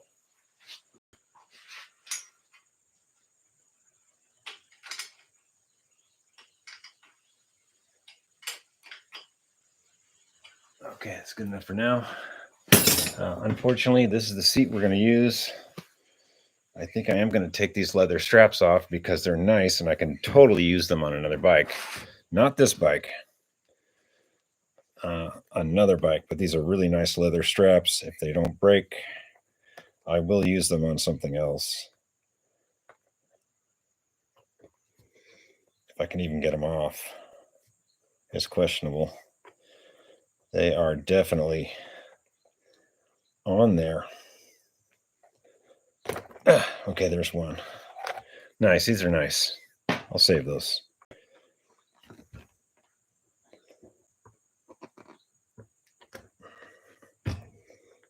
Sometimes they just break.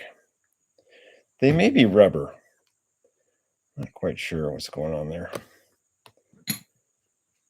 They're not coming off too well, that's for sure.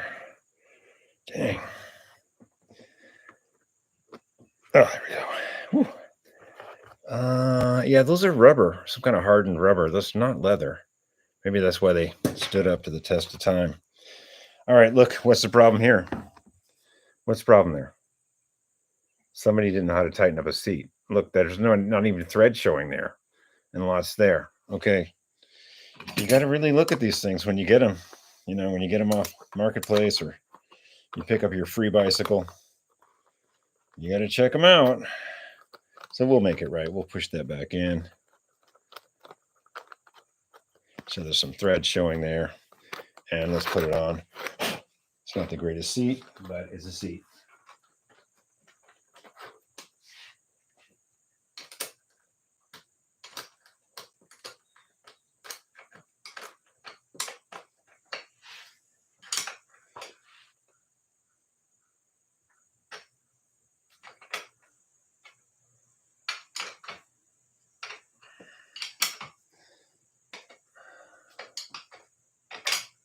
I dare say with some pedals, we could test ride this with no brakes, but we don't do stuff like that. Okay.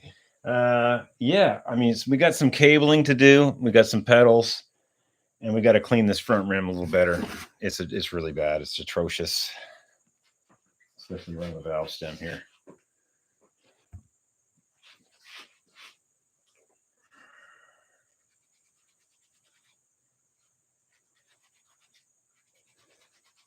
I should use some aluminum foil on this. I might use some aluminum foil in a minute.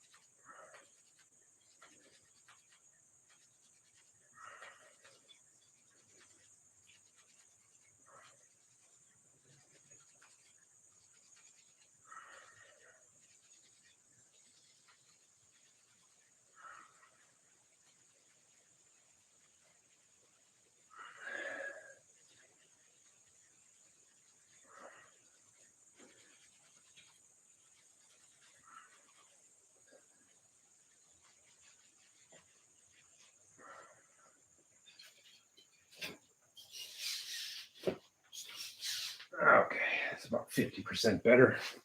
Not great, but better.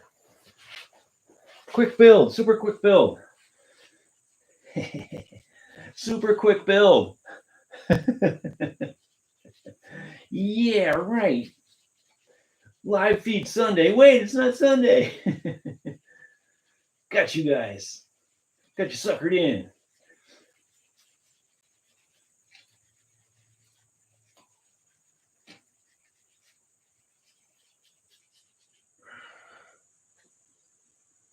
Okay.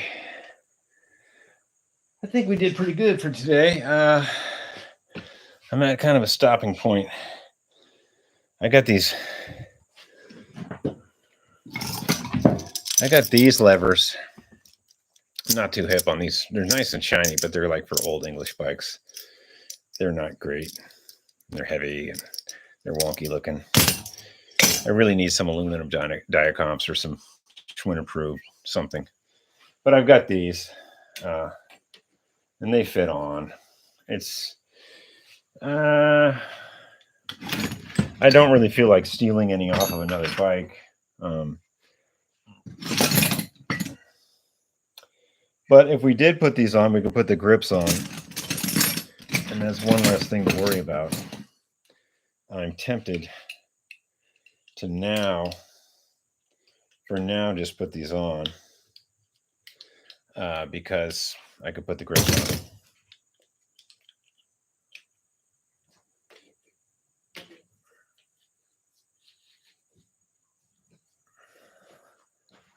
Okay. Okay, folks, I think I'm going to wrap it up. That's it for today. We got pretty far. And give me a shout out about black grips or green grips. I've got these black cushions, Schwinn approved. And I've got these green ones, which are not really, I don't think they make an opaque green grip. So I've got these green ones. So tell me what you think, green or black? All right, I got to go. And thanks for tuning in. It's a quick build. Okay. Peace out. Everybody be good.